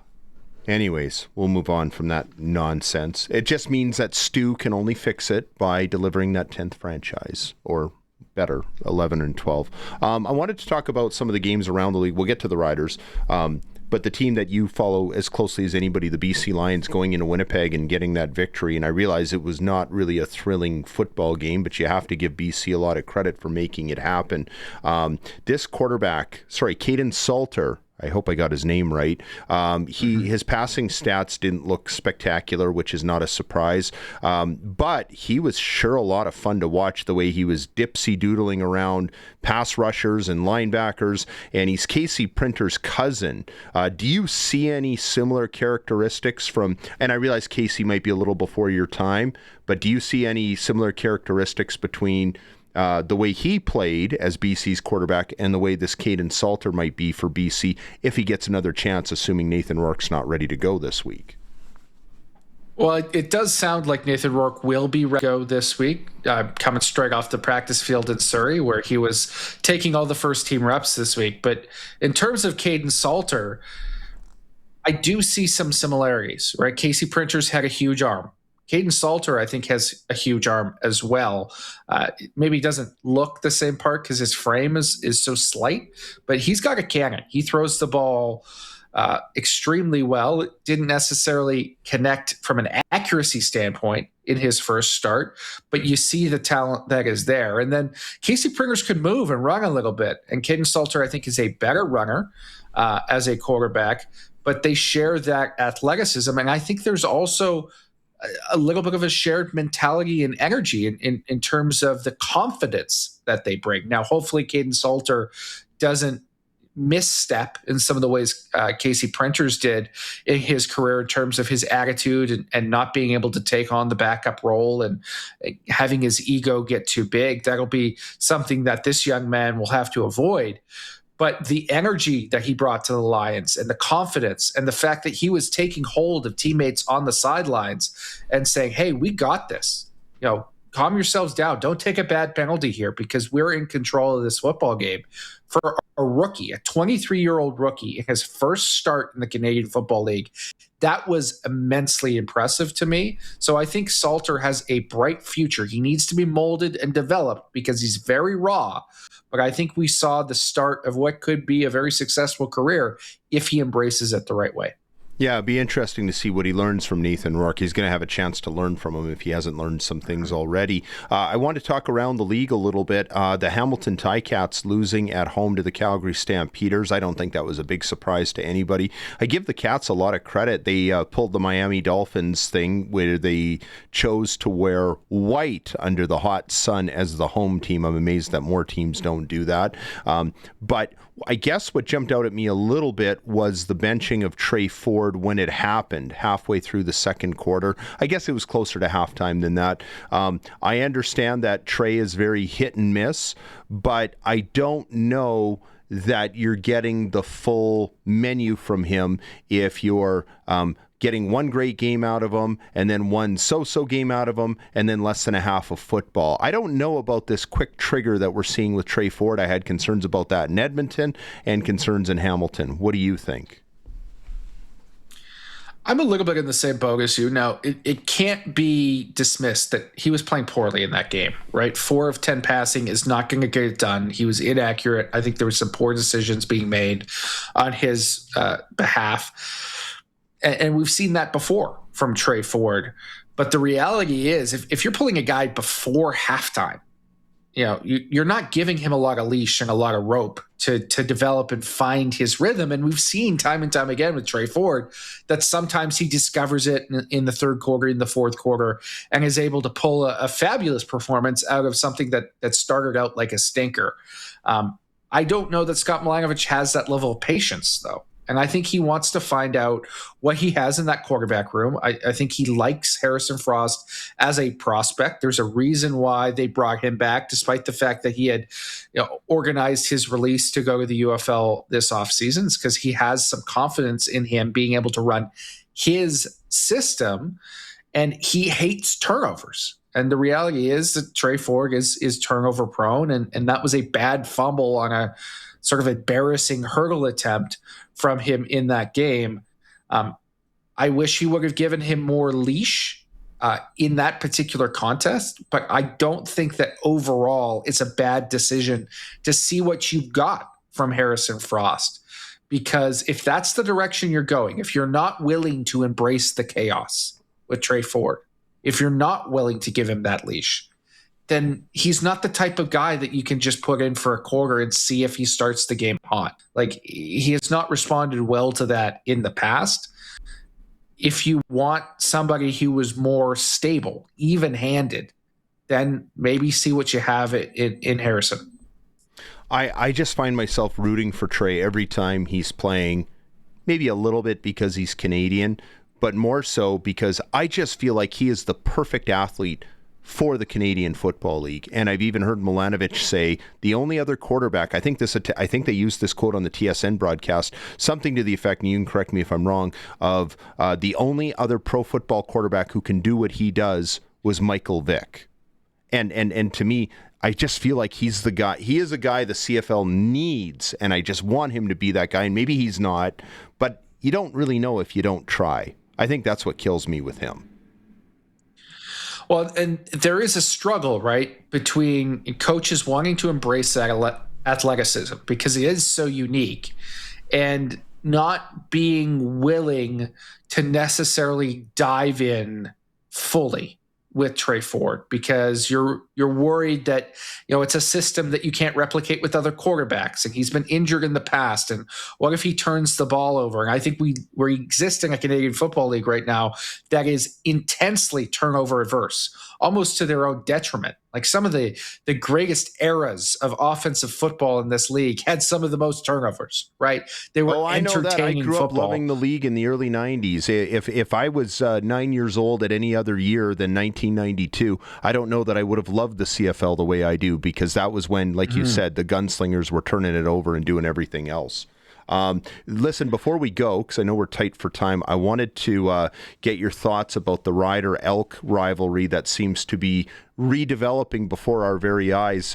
We've seen the Rough Riders play Edmonton in the playoffs a ton over the years, but not since 1976 have we seen Edmonton come to Regina, and it was for the last Western final that Ron Lancaster won, and the whole year was spoiled by the Gabriels open in the end zone and everything else that we don't need to rehash. But do you feel like the stars are aligning in a way that we could very well see a showdown for first place in that last game in Regina at the end of the season? It just feels like the stars are aligning for it to be these two teams to fight it out till the end. It really does. And look, they need to stay healthy because anything can happen. We know how reliant the Saskatchewan Roughriders are on Trevor Harris. If he goes down, knock on wood, they're a very different football team, and the West playoff race looks a lot different.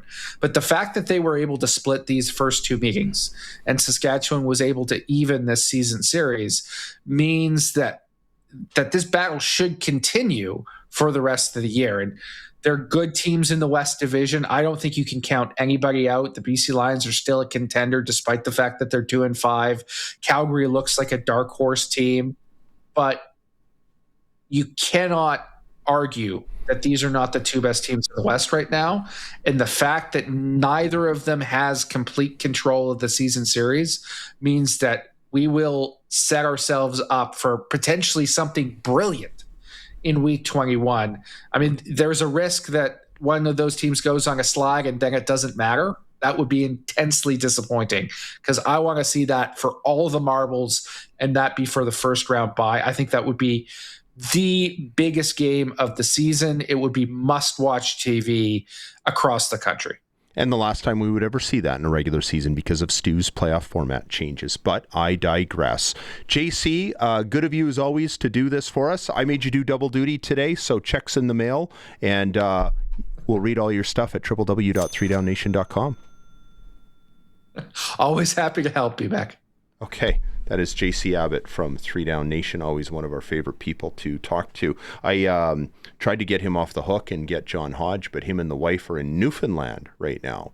That would be a pretty cool trip to do this time of year. I don't know if I'd want to go there in the winter, but I think a great summertime destination would be the great province of Newfoundland. Time to break. We will have more of the Sports Cage. We still have to do the Sports Select Sprinkle of the Day and pick the score. You are listening to the Sports Cage on 620 CKRM and watching the YouTube feed at sportscage.com. Well, lots happening in the Western Canadian Baseball League, especially tonight. The Regina Red Sox are on the road to take on the Moose Jaw Miller Express. Now, that's a game that doesn't mean anything for the Red Sox. They're going to finish third regardless, and they are going to face the Saskatoon Berries in the first round of the playoffs. The Red Sox have one more game after that. They will be heading off to Swift Current for the final game of the regular season, and then they'll they'll wrap it up and start the playoffs. Other games tonight, Medicine Hat Mavericks are in Swift Current to play the 57s. The Saskatoon Berries visit the Weyburn Beavers in the 2026 Holinka Gretzky Cup preliminary round. Slovakia plays Canada. They're just set to get underway in about 10 to 15 minutes. Of course, Maddox Schultz and Liam Pugh from the Regina Pats both playing in that game. The Blue Jays, after winning in Houston last night, they'll try it again tonight just after 6 o'clock, visiting the Houston Astros. And our SportsCage.com poll, now that the Regina Pats are lowering their ticket prices, are you more likely to attend a game next season? Vote at SportsCage.com. And also, I wanted to mention Extreme Hockey will be hosting Professional Women's Hockey League players on Saturday, August 8th. So that's this coming Saturday from 2 to 4 p.m. There will be autographs, team merchandise giveaways, prizes, and draws. A lot of those PWHL players actually hanging out in Regina for the summer, which is kind of cool. You see them hanging around the gym and other locales as well. Okay, right now we go out onto the Western Pizza Hotline, and we are joined by Brian Raymond from Flowing Springs. Brian, did you catch the Rider game on Saturday night? Yes, I did. And what did you think? Boy, that was a hard-fought game, and you could tell that it was a back-to-back game. There were a lot of scores being settled there, but I think a good, solid effort from the team for sure. You're a hockey guy, and it's funny you say that because I remember watching the game and just sitting there thinking, this kind of feels like a chippy hockey game, like a chippy playoff game. Did you get that feel? I got that same feeling, absolutely. I knew you would enjoy that for sure, being an old hockey soul that you are. Flowing Springs, what's happening out there this week?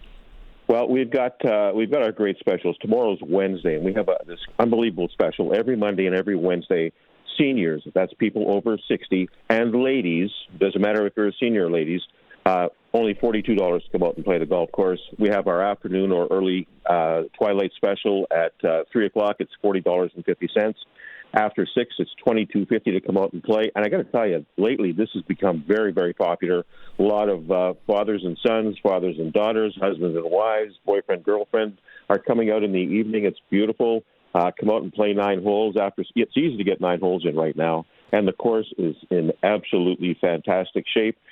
And, Brendan, if you don't feel like playing golf right now, maybe you want to come out and take out your frustrations by hitting the driving range. We have this huge driving range with all-grass tees, target greens.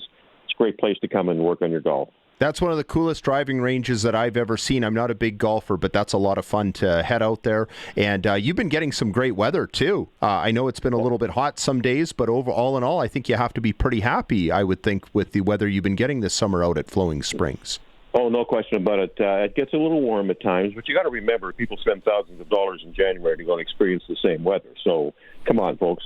But no, it's been good. The mornings have been fantastic. Late afternoon, 4 o'clock on. It's been, quite busy, and of course, the driving range is doing well as well.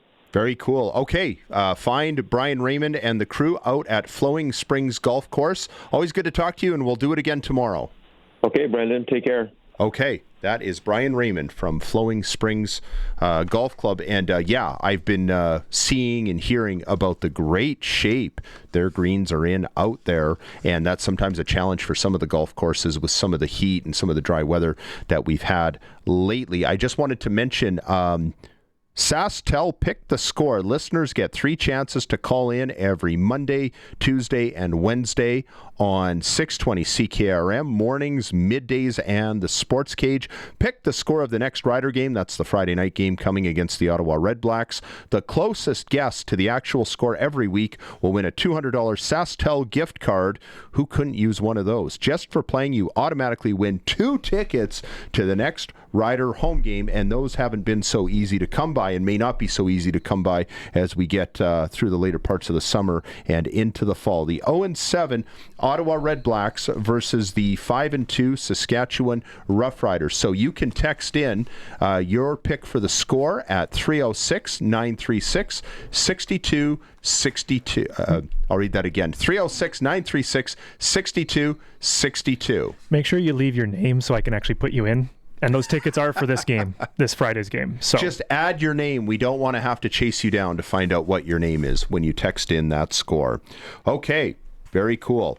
Time to break. Up next, Hour 3, we'll check in with Glen Suitor. You are listening to the Sports Cage on 620 CKRM and watching at sportscage.com. Brendan McGuire and Colson Schultz pinch hitting for Barney on the Tuesday edition of the Sports Cage. Still ahead on this edition of the program. Trivia for Pumpjacks Saloon and the sprinkle of the day for Sports Select, as well as we're going to talk a little bit about the Saskatchewan Rough Rider Foundation. So lots to go over here in hour number 3. But before we do that, we're going to go to Glen Suitor. Time now for press coverage with CFL and Saskatchewan Rough Rider legend Glen Suitor on the Sports Cage. Brought to you by Freeze Tallman Lumber, locally owned, family grown, rooted in our community for 70 years in Regina and Fort Capel. Geez, we've had so many West Coast guys on. Or no, Arash is Toronto. Never mind. I get always confused about all that. Hey, where's your CKRM hat? What is going on here? You're slipping. I've been waiting for some time now for Barney to come up with, the 100-year look of the logo and the whole deal. So, I'm kind of holding off. And every time I don't wear the hat, it's a hint about somehow, and I don't mind, paying. I don't mind buying the hat, but I want to get that 100th anniversary hat. I think that's the only one I don't have in my collection either. So I'm with you. Yeah, and I haven't got. Yeah. They don't just give those away. No, no, I don't think they do. They're hard to get, and that's why everyone wants them. So yeah, no, hey, I've been listening in. It's been quite the great conversation on a lot of different things, Canadian Football League wise. Brendan and I don't know where you want to start, but maybe the Quali Connolly reverse hurdle. How about there? Yeah, that was a pretty sweet play. It kind of reminded me of when Nick Lewis hurdled a guy, although this was different. I mean, Nick's hurdle was a lot higher, but he wasn't backwards. That's pretty cool. That's something that would definitely make the NFL highlight reels for sure from a week. Oh yeah. I mean, Dustin and I just lost our mind there in the booth at the time. And, it's funny what we do for a living where in real time, your buddies or whomever, a fan, will text you or send you a note through social media immediately trying to correct what you just said or trying to give you some more information on it. Like, for instance, during that play, when that play happened, I think I said something along the lines of, it probably has happened, but I have never in my time seen a move like that from a tailback in my time in the game. And I got like immediate text saying Saquon Barkley in the NFL did the exact same thing. And I was like, okay, well, probably, but I didn't see it, so it's interesting. I don't know if you played with Marshall Hamilton. I think your careers may have just missed each other. Okay, so you did. Yeah, he and I do the In the Huddle show every week on Access Communications, and a little shameless plug for us. But that's what he wanted to talk about when we went in to do the TV show. He said, yeah, that Saquon Barkley move. It seems like a lot of people are calling it that way for that move that Quali made. And we've been showing a lot of different graphics talking about how much better the Rough Riders are with A.J. Ouellette in the lineup as opposed to when he's not in the lineup. So we've been talking a lot about all the things he does away from the football, because in hockey, you hear how hockey people always talk about, he doesn't score lots, but it's what he does away from the puck. But most football fans don't know anything about what a guy does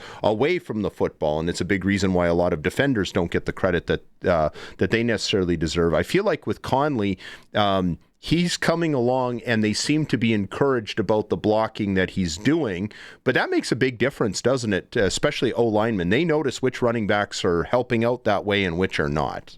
Well, for sure. And, in fact, I would say that for when you have a quarterback like Trevor Harris, a veteran guy you can win on any given day for sure, it's a higher priority to be a great blocker than it is to be a great runner.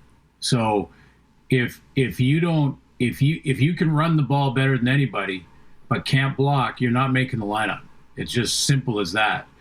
You got to be able to step in there. And I actually did some telestrator work in the broadcast with Connolly's blocking. And there was a couple of times where he picked up the blitz nicely. One time when he hit a defender around waist height and he just flipped right over top of him, allowed Trevor to throw the ball. So I've been noticing as well, in a live broadcast, there's a lot to look at, but I noticed a couple of times that he picked up blocks and he chipped on the edge and helped, his offensive tackles, offensive linemen. But I think this is a team. The Riders are a team, and one of the reasons for their success is that the guys on the the skilled players, let's call them, they're not worried about getting their nose dirty. They're going to go out and make those blocks. We see all the receivers do it, the tailbacks do it, and that really is part of their edge, I believe. Yeah, I feel like it all stems from, coaching, of course, and the schemes, but I feel like it's MLS. We had Ray Elgard, your old teammate, on the TV show the one day, and I asked him, does MLS remind you of yourself? And he said, no, there is no Ray Elgard today, and I don't think the rules would allow for that. But I feel like MLS is maybe the closest thing to it, the way he's mauling guys downfield. What's your take on that? I feel like him and Ouellette, just with how physical they are with blocking and pushing guys around, it seems like these other players like Conley that you mentioned are just following their lead. Yeah, probably. For MLS, I would say from a sort of a mindset point of view, yes. I would agree with Ray in that there's only one Ray Elgard, and such a unique player. Basically, a huge tight end that looked for contact rather than look to try and make a move. He looked for content to slap you around as a DB, get you out of his way so he could run his routes. And, I see the same sort of aggressive play from Sam. And that comparison I could see.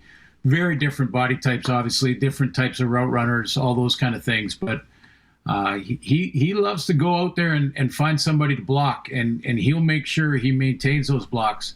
You see it every single game, and it is probably trickling through the entire lineup. And AJ's the same way. I'm not saying Connolly at this point is better than AJ when it comes to blocking, but you can see that this is a priority for him as well. Talking about the Rough Riders and Elks battle, I felt like that game was a good reminder of just how beautiful that stadium is when it's full, at least when the lower bowl is full. And I know you've played games in that stadium with big crowds where the end zone's been full and whatnot. But when I think of this Edmonton-Saskatchewan battle and how it could come right down to it, I think you and Dustin were talking about how the last game of the year will be in Regina, and wouldn't that be something if it's for first place? I know you're a lot more than just a football guy. Are you a baseball guy? Not really. I watched the World. Okay. I watched the World Series last year. Like I followed along too, but not really. Just what's for baseball for me, and I know so many people love it, so don't send me notes. But it just not enough happens. You're getting better with that, but I see what you mean. There's a lot of standing around. You know what I mean? Like even a running play for 2 yards in football or rugby, even, when you just it's almost a scrum or just something that most would say it's just a routine play. You can, if you're watching a different position, or you're watching a cool block, or you're watching an O lineman and D lineman go at it. I mean, there is always something to pull your attention to when you're watching. I find the same in hockey. I love hockey, and I love watching hockey, especially playoff hockey. So or international, whenever we're in the Olympics or whatever it may be, and to watch away from the puck sometimes is just as good. Watch those defensemen and how they make their decisions, and when they need to get back out of there, or when they need to pinch, and all of those things are fascinating. But for baseball, for me, I kind of like, and it was partially because when my son played, and he was a good player, I was having trouble watching my son play baseball. I appreciate the honesty. I'm glad you didn't just go along with it and say sure. And if you hadn't watched the World Series, you would have had your passport revoked. So yeah, exactly. That was you had to watch that.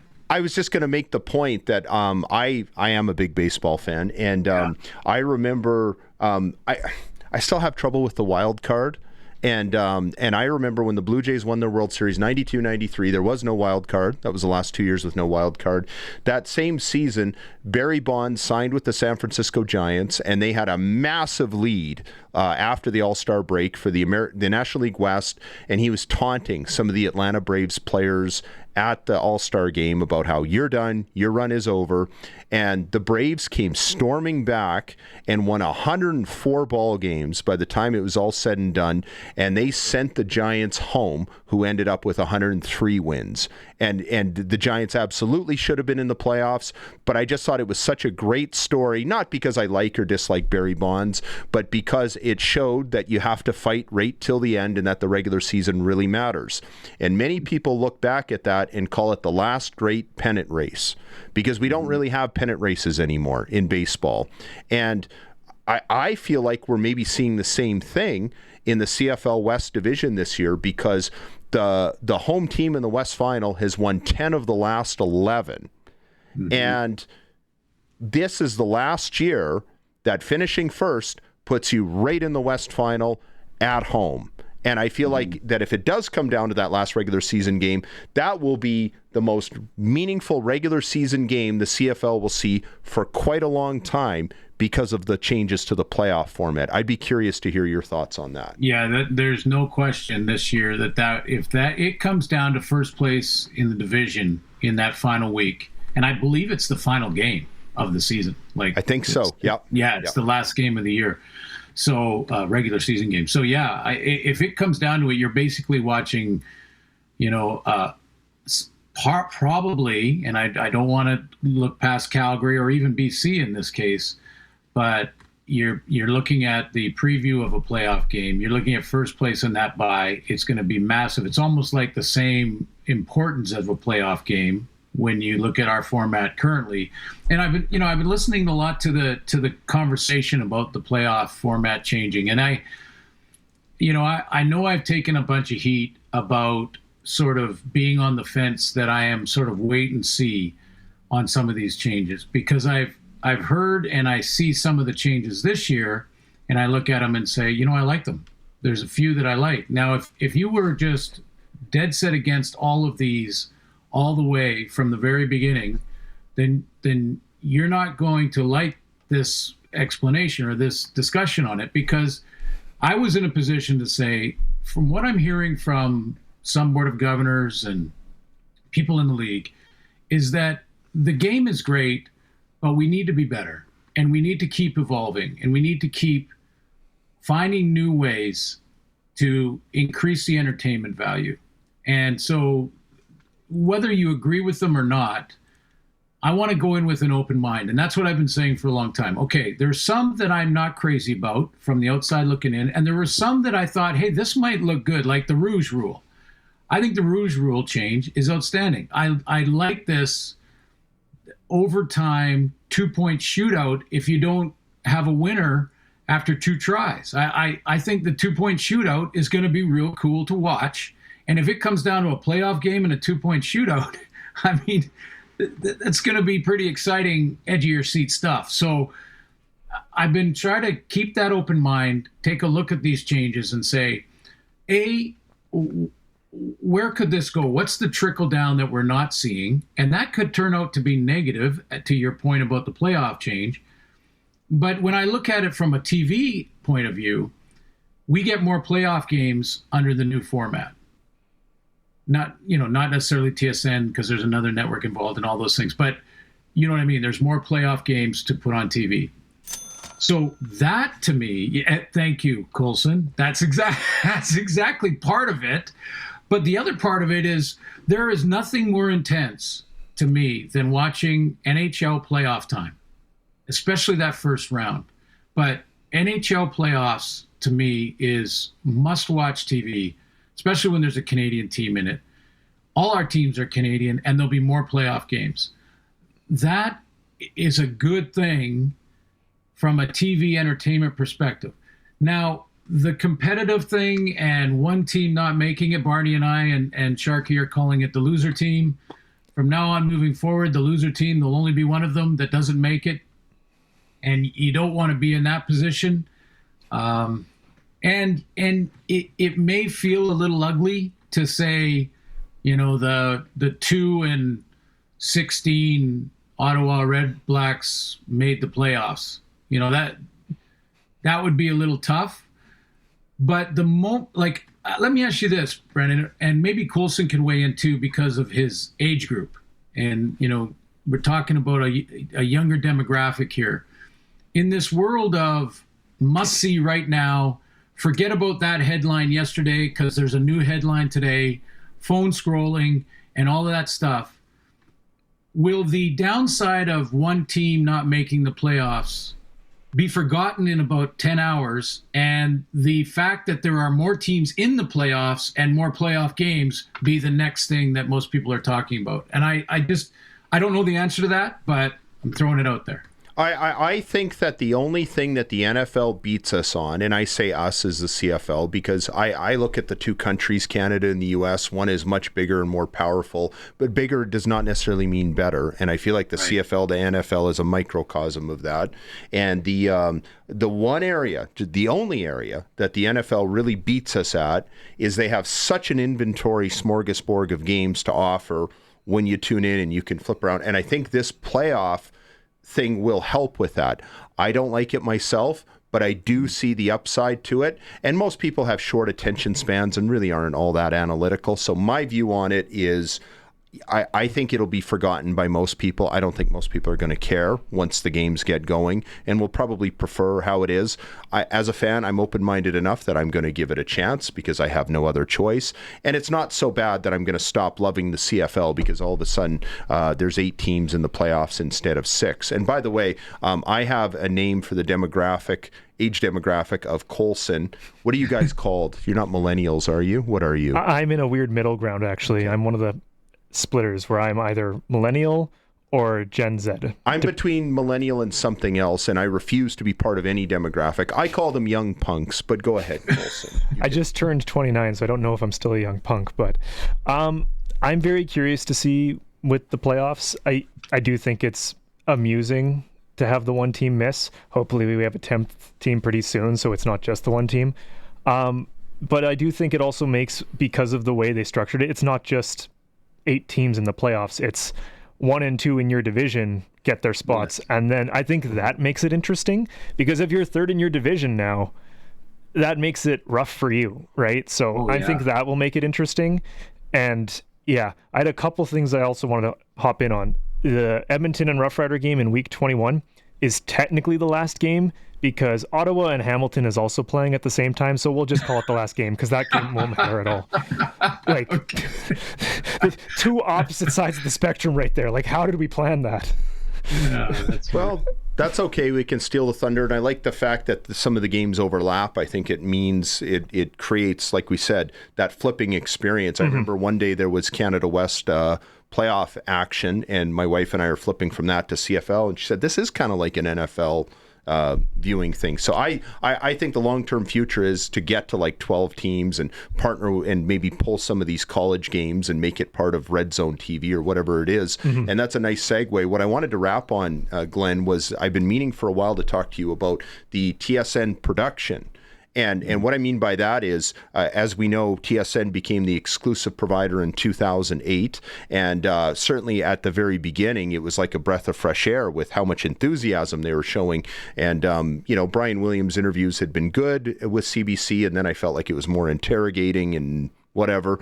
But over time, I did feel like there were elements of the broadcast that had become a little bit stale. And what I mean by that is, I think that if you have the same people in the same set, it's inevitable that some things are going to get a little bit stale. I think Fox NFL actually got really stale. I think it's still stale with that same panel, but it's the NFL and Americans don't want to do anything else on Sundays. I think that since the beginning of last season, when they did the new intro for the Friday Night Football and they got the players singing and they got Terrell Ford singing, what is it? The CFL is Canada's game. I can't get that out of my head, and it sounds so good. If I ever meet Terrell Ford, I'm going to sing that to him. And I was kind of annoyed when they did their first broadcast on CTV in almost 40 years, and they didn't wear like old jackets and a new score bug and all those things. But we're seeing a lot more of that, it seems like. So I guess the question, I feel like the network has really upped its game in the last year and even this year. And you can tell that it has a lot of those things that people felt were maybe lacking. Do you feel like there's been a bit of a rejuvenation there with the broadcasts in the last couple of years? I'd be curious to hear your thoughts on that. Yeah. Well, first of all, when behind the curtain, every year we try to make changes. We try to look at what has worked in the past. What new innovation can we look at? What new equipment can we look at? There's once we get to playoffs and Grey Cup, there are so many more cameras. There's more super slow-mo, more, we would love to have, for instance, that camera that floats above the field that makes the game look like a video game for kids.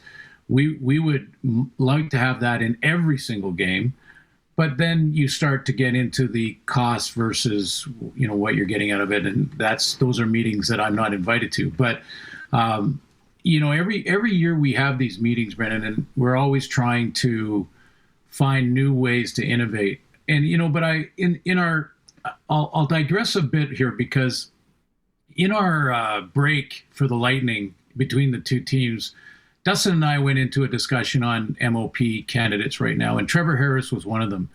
And, I said at the time, and I'll repeat it here if listeners didn't hear it, that I think at times, because Trevor has been so consistently good, great for that matter, that we start to take for granted that excellence, that level of excellence.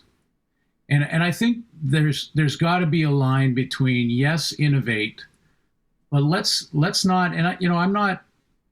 This is not a pat on myself on the back or our crews on the back kind of thing. It's just a let's take a look at the production value, the storytelling, the promotion of the players on the field and their coaches. And the amount of work that goes in is truly remarkable. And that's everybody. That's behind the scenes, stats guys, all of it. So, I hope that fans don't take for granted that level of production, because I would put our games with like not even half the actual cameras and equipment that they have down south for every regular season game. We're dealing with a bigger, wider field and like less than half the equipment. So I'd put ours against anything they're doing down there. And that, yes, there's graphics that come out that are more expensive and different for them and probably better in some people's minds. That's fine. But again, I think, especially when you think a guy like Trevor, no one's talking about Trevor Harris as the outstanding player Trevor Harris is having a year where he may throw for 6,000 yards.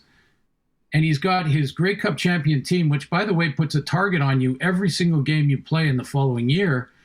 He has them back in the position they want to be in the standings, and with a real opportunity to go ahead and try and repeat. And that's MOP stuff. And no one's talking about Trevor because he's so consistently great.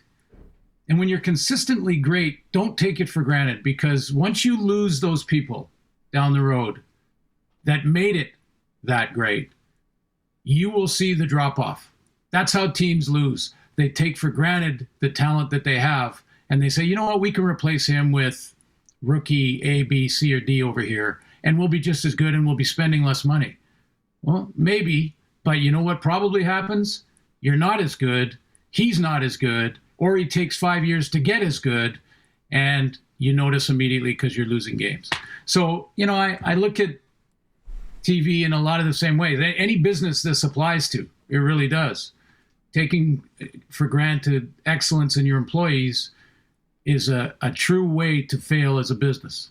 People get bored with consistency, and that's kind of the tragedy in it. Thank you. Yes, that's exactly right. Do not get bored with consistent greatness. And I think that's That's the point. But yeah, and you know what? Listen, there's competition next year.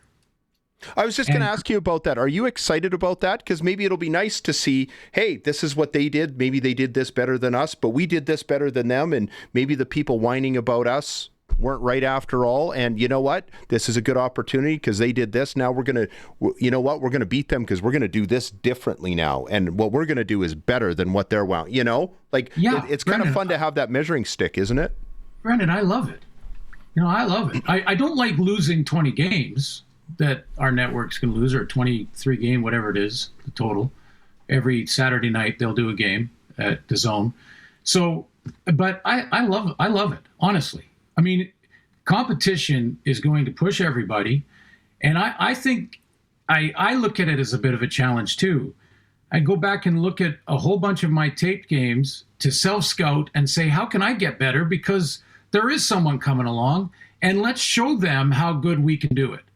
So that, you know, if you don't have that in your system somehow, you know, you're probably in the wrong business. It's a highly competitive business on and off the field. And I'm all for competition. Let's see how they do it. Let's see if we can steal some stuff, or maybe people go, wow, you know what? TSN was pretty good. It's kind of like when who was it? Genius Sports took over from, I think, Sharp Hat or whatever the company was called, and then had nothing but problems for the first year or two. So they learned a lot of things that, oh, you know, the last guys weren't so bad either, and it took them a while to straighten it out. I've totally monopolized this interview. Colson, what did you want to add? I was just coming in. So we've talked about how we like some of these rule changes. You mentioned how you like the 2-point shootout at the end. I'm a fan of it too. I do miss the interesting standings that happens from a tie, just because it makes it interesting, right?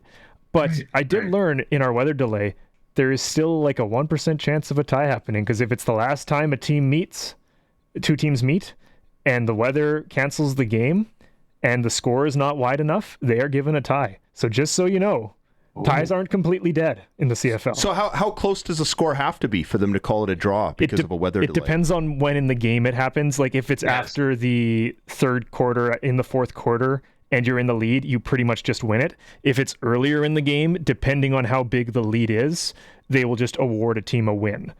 So that's kind of the gray area. And then this has to be the last time those teams meet. So if this Edmonton Rough Rider game had been postponed, canceled, whatever, the next time we play at the end of the season, we would have done kind of a mini overtime series to start the game to determine a winner.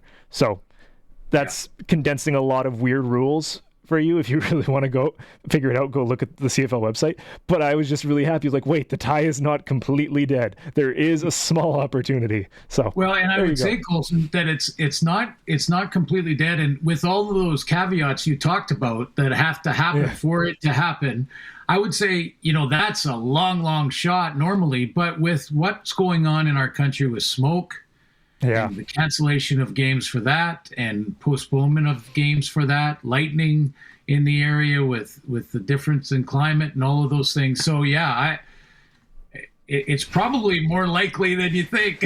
Yeah.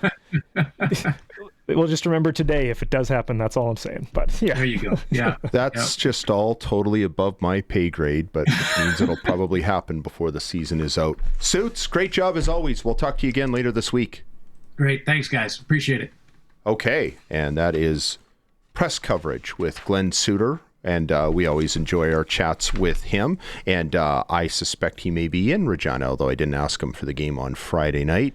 Could be. The broadcast against the Ottawa Red Blacks. Try and find his CKRM 100 hat then. He'll be scouting around for that, and part of the pregame show as well. Time to break. Still ahead on this. Oh, you want to add? Right before we do that, we're going to do trivia now, right? Oh, we're going to do it right now. Okay. So trivia for Pumpjacks. And you are going to take it away because you came up with just a brilliant idea for today's trivia question. Yeah, I do have to find that sponsor read. So well, that's okay. I'll fill when you find the sponsor. We can do it after the break too. So I'm going to ask the question here. You can call in, and after the break, we'll take your answer. So the question is, what is the most consecutive losses by a CFL team in the modern era? So that's, you said, post 1958 is considered the modern era, including 58, but 58 and beyond. Yeah. So what is the looking for the number. If you bring the team name, that's great too. The number of consecutive losses, all-time CFL record, most consecutive losses. This could be over 2 seasons, could be all in 1 season. Looking for the number. What's the longest losing skid in modern CFL history since 1958? And in today's era of electronics and search engines, it's easier than ever to find the answer. Sure thing. So let's take that break. And make sure we want them to call in at 1-866-767-0620. And you can call the text line too, correct? Yeah. 306-936-6262. Okay, so that question for trivia for Pumpjacks Cathedral. Name the team that has the longest losing skid, regular season. We're looking for the number. Not the name of the team. But what is the number, the longest losing streak in the modern era of the Canadian Football League, going back to and including 1958? We have John in Regina. John? That's right. What have you got? A wild guess here. 22. John, you're aiming a little high. Oh. Can I give the real answer? You can. Okay. I remember it like yesterday.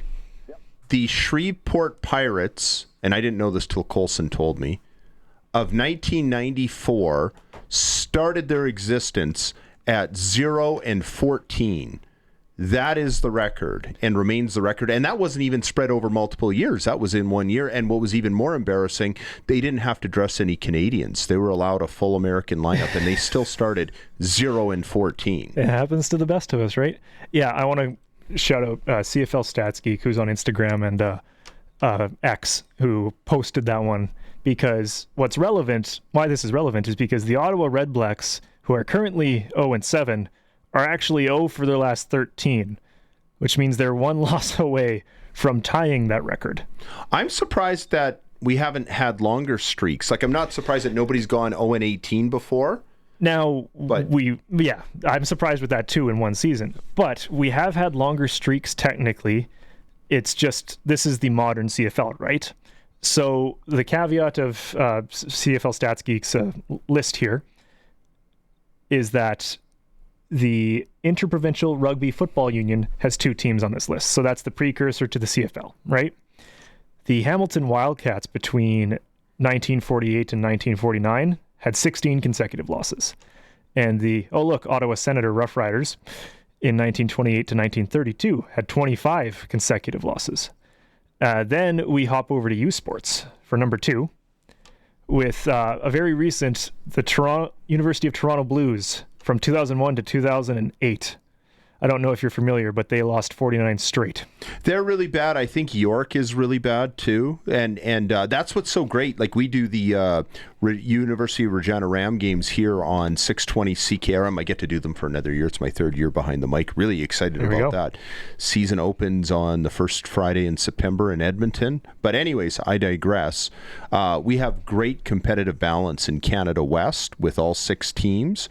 And in some of these other conferences, they do not. Yeah. Including Ontario. There's some bottom feeders. So they have. It doesn't surprise me that the Varsity Blues would have one of those records. Yeah. If I'm not mistaken, aren't they one of the university teams with a Grey Cup win too? Or is that like, I know Queens has 3. I think they do, because there's been over 40 Grey Cups, I think, played at Varsity Stadium. Yeah. So it probably would be. And a lot of people were chapped a few years ago because the idea was that the Argos were going to get their new stadium at Varsity, and it was going to be this very pretty park. It all fell apart for some reason. I don't know all the details behind it, and it doesn't matter. Yeah. But yeah, very historic, and I'm not surprised that they would have that dubious record. But they aren't the worst. There is one more that's worse. Who is? We have to go to the, and it's a small print, so forgive me, FKA Winnipeg Rods of Canadian Junior Football. So that's a junior football league specifically in Winnipeg.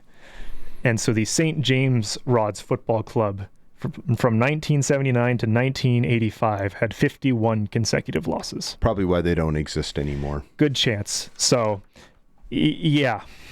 So there you go. Well, I had no idea that the Red Blacks were entering such dubious, famous record-setting territory. I thought that would come later in the season, but they could tie the record if they lose in Regina on Friday night in what might be a trap game for the Rough Riders.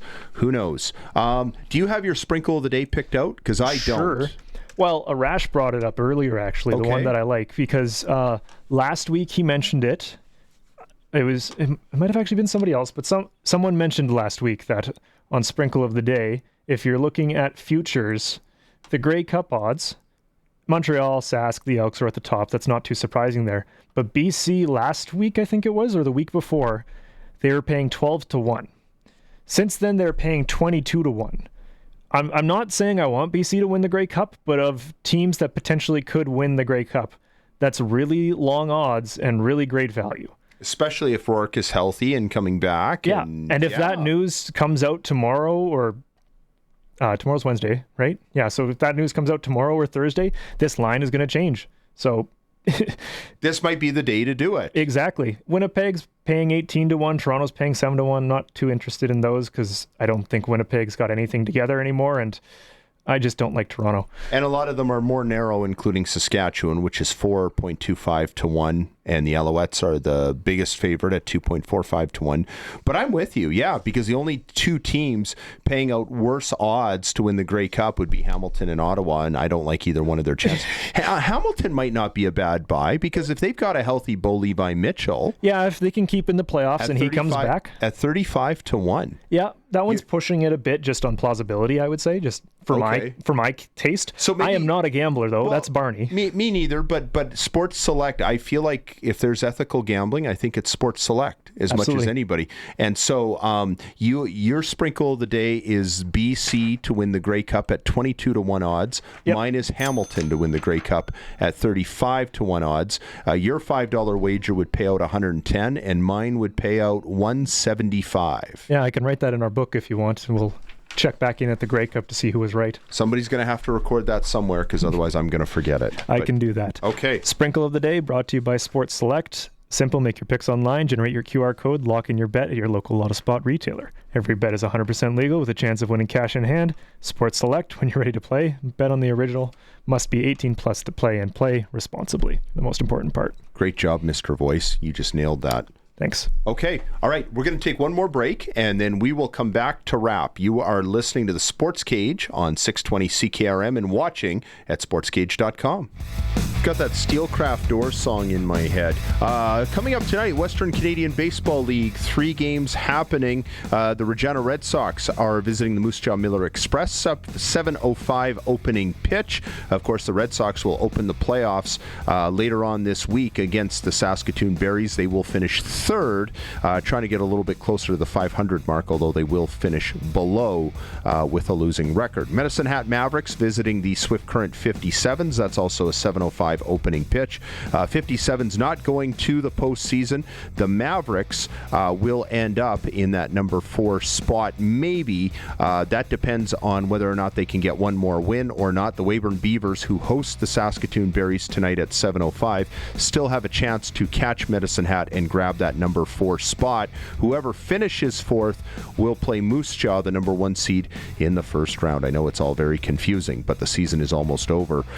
Canada is on the ice at the Hlinka Gretzky Cup.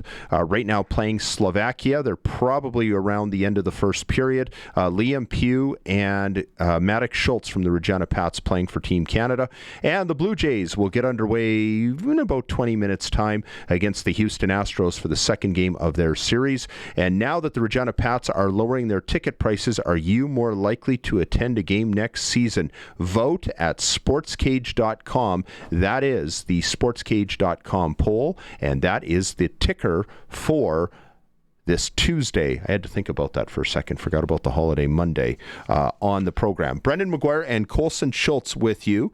And I just wanted to mention the Saskatchewan Rough Rider Foundation.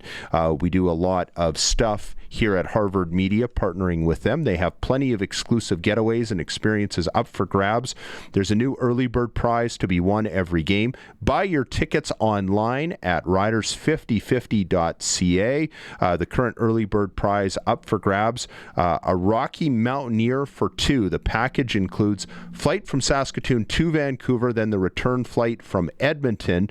Also a 2-day via rail ride from Vancouver to Jasper. I've gone on one of those rides. Those are really cool. And 2 nights hotel accommodation, or you can take $8,000 cash. Deadline is Thursday night at 10 p.m. Don't forget to go to riders5050.ca. I was going to say the Rocky Mountaineer is like a luxury train trip through the Rockies. So it's a train trip. It's pretty sweet, and I've never gone on that particular, but I've been on that route on the Via Rail. I remember as a young man, when I was 9 years old, traveling home from Vancouver. Somehow we took the train up through Jasper and Edmonton, and I haven't been back since, but I've missed out. So, the only train relation experience I have there is I think there's the horseshoe tunnels there. When you drive through, you can take a look at them and stuff. So that's my direct experience, and then the museum in Revelstoke. Been there a few times, but I do have a story from my dad back in the day when Grandpa was running their truck business. They bought some trucks out in BC, and they took the train out there to go get them and then drive them back, and there was an avalanche on the way there. Oh, Jesus. Yeah, and this would have been back in the 80s or 90s, so not as sophisticated of tech nowadays, so they had to ration and stuff, wait a couple days to get out of the way, but I don't think we'll run into that on this experience. I think they take safer routes. I've never done it myself, but I've heard from a lot of friends who have, what they would do is they'd drive to Minot, park their car, and they'd get on a train that would take you to Minneapolis. And if you wanted to keep going, it would take you right to Chicago and probably other places. Mm-hmm. And some people don't care about what's happening in the U.S. politically and will still go ahead and enjoy that trip. I am not one of those people. I am not traveling to the United States in the foreseeable future. But train rides are cool, and they can take you all over the place, and it's not that crazy expensive like it is to fly. And I think everybody should experience that at some point in their life, whether it's going down to Chicago through Minneapolis to watch an NFL game or a Major League Baseball game, or if it's to go through Edmonton, Jasper, or in the Rocky Mountains. Wow, we made it through the program and nothing blew up. I want to thank all of our guests, Glen Suitor, JC Abbott, Arash Madani, and those who texted and called. And also, we'll be back tomorrow for the program, the Wednesday edition of the show. I think they'll get talent back in here on Thursday to help Colson out. So I'm going to fly this ship for one more day. We're going to talk more about this game coming up on Friday night against the Ottawa Red Blacks. And I think it's a trap game. I might bring in the mouse trap that I have from the shed in the backyard. One day my daughter and I were out there and a mouse was in the shed. So I've got a couple of big traps, and we've never caught anything with it in the 3 years since that happened. Did you use peanut butter? They like peanut butter. No, nothing. Didn't try that. Maybe that'll get them. But the point is, I do have some concern about this game. What I'm more interested in is... and I might even go down to practice tomorrow to ask him. Trevor Harris has had the unique experience in his lifetime of being irreplaceable by his former employer. Mm-hmm. I think that we have all had that fantasy at some point in our lives that we are irreplaceable and that our employer better give us what they want or treat us better. And sometimes that's true. But often in life, that fantasy does not match reality. But in his case, he left over what was believed to be like a $50,000 dispute over what his next contract should be. Mm-hmm. And the Ottawa Red Blacks have 100% not replaced him in the 7 years since he left. Yeah. Actually, the other half of the Double C's, Curtis, has a lovely board for that I'm staring at right now, but we should save it for tomorrow because we're out of time. What's that, the long list of quarterbacks? The list of quarterbacks, their records, the collective record of the Red Blacks. The full meal deal. We'll talk about that tomorrow. And but I'd be curious to hear what Trevor says about what does it feel like to be irreplaceable and actually experience that. We'll talk about that more on tomorrow's show. Thank you to everybody who watched and listened to this program. The Sports Cage is a presentation of Harvard Media and 620 CKRM, and also at sportscage.com.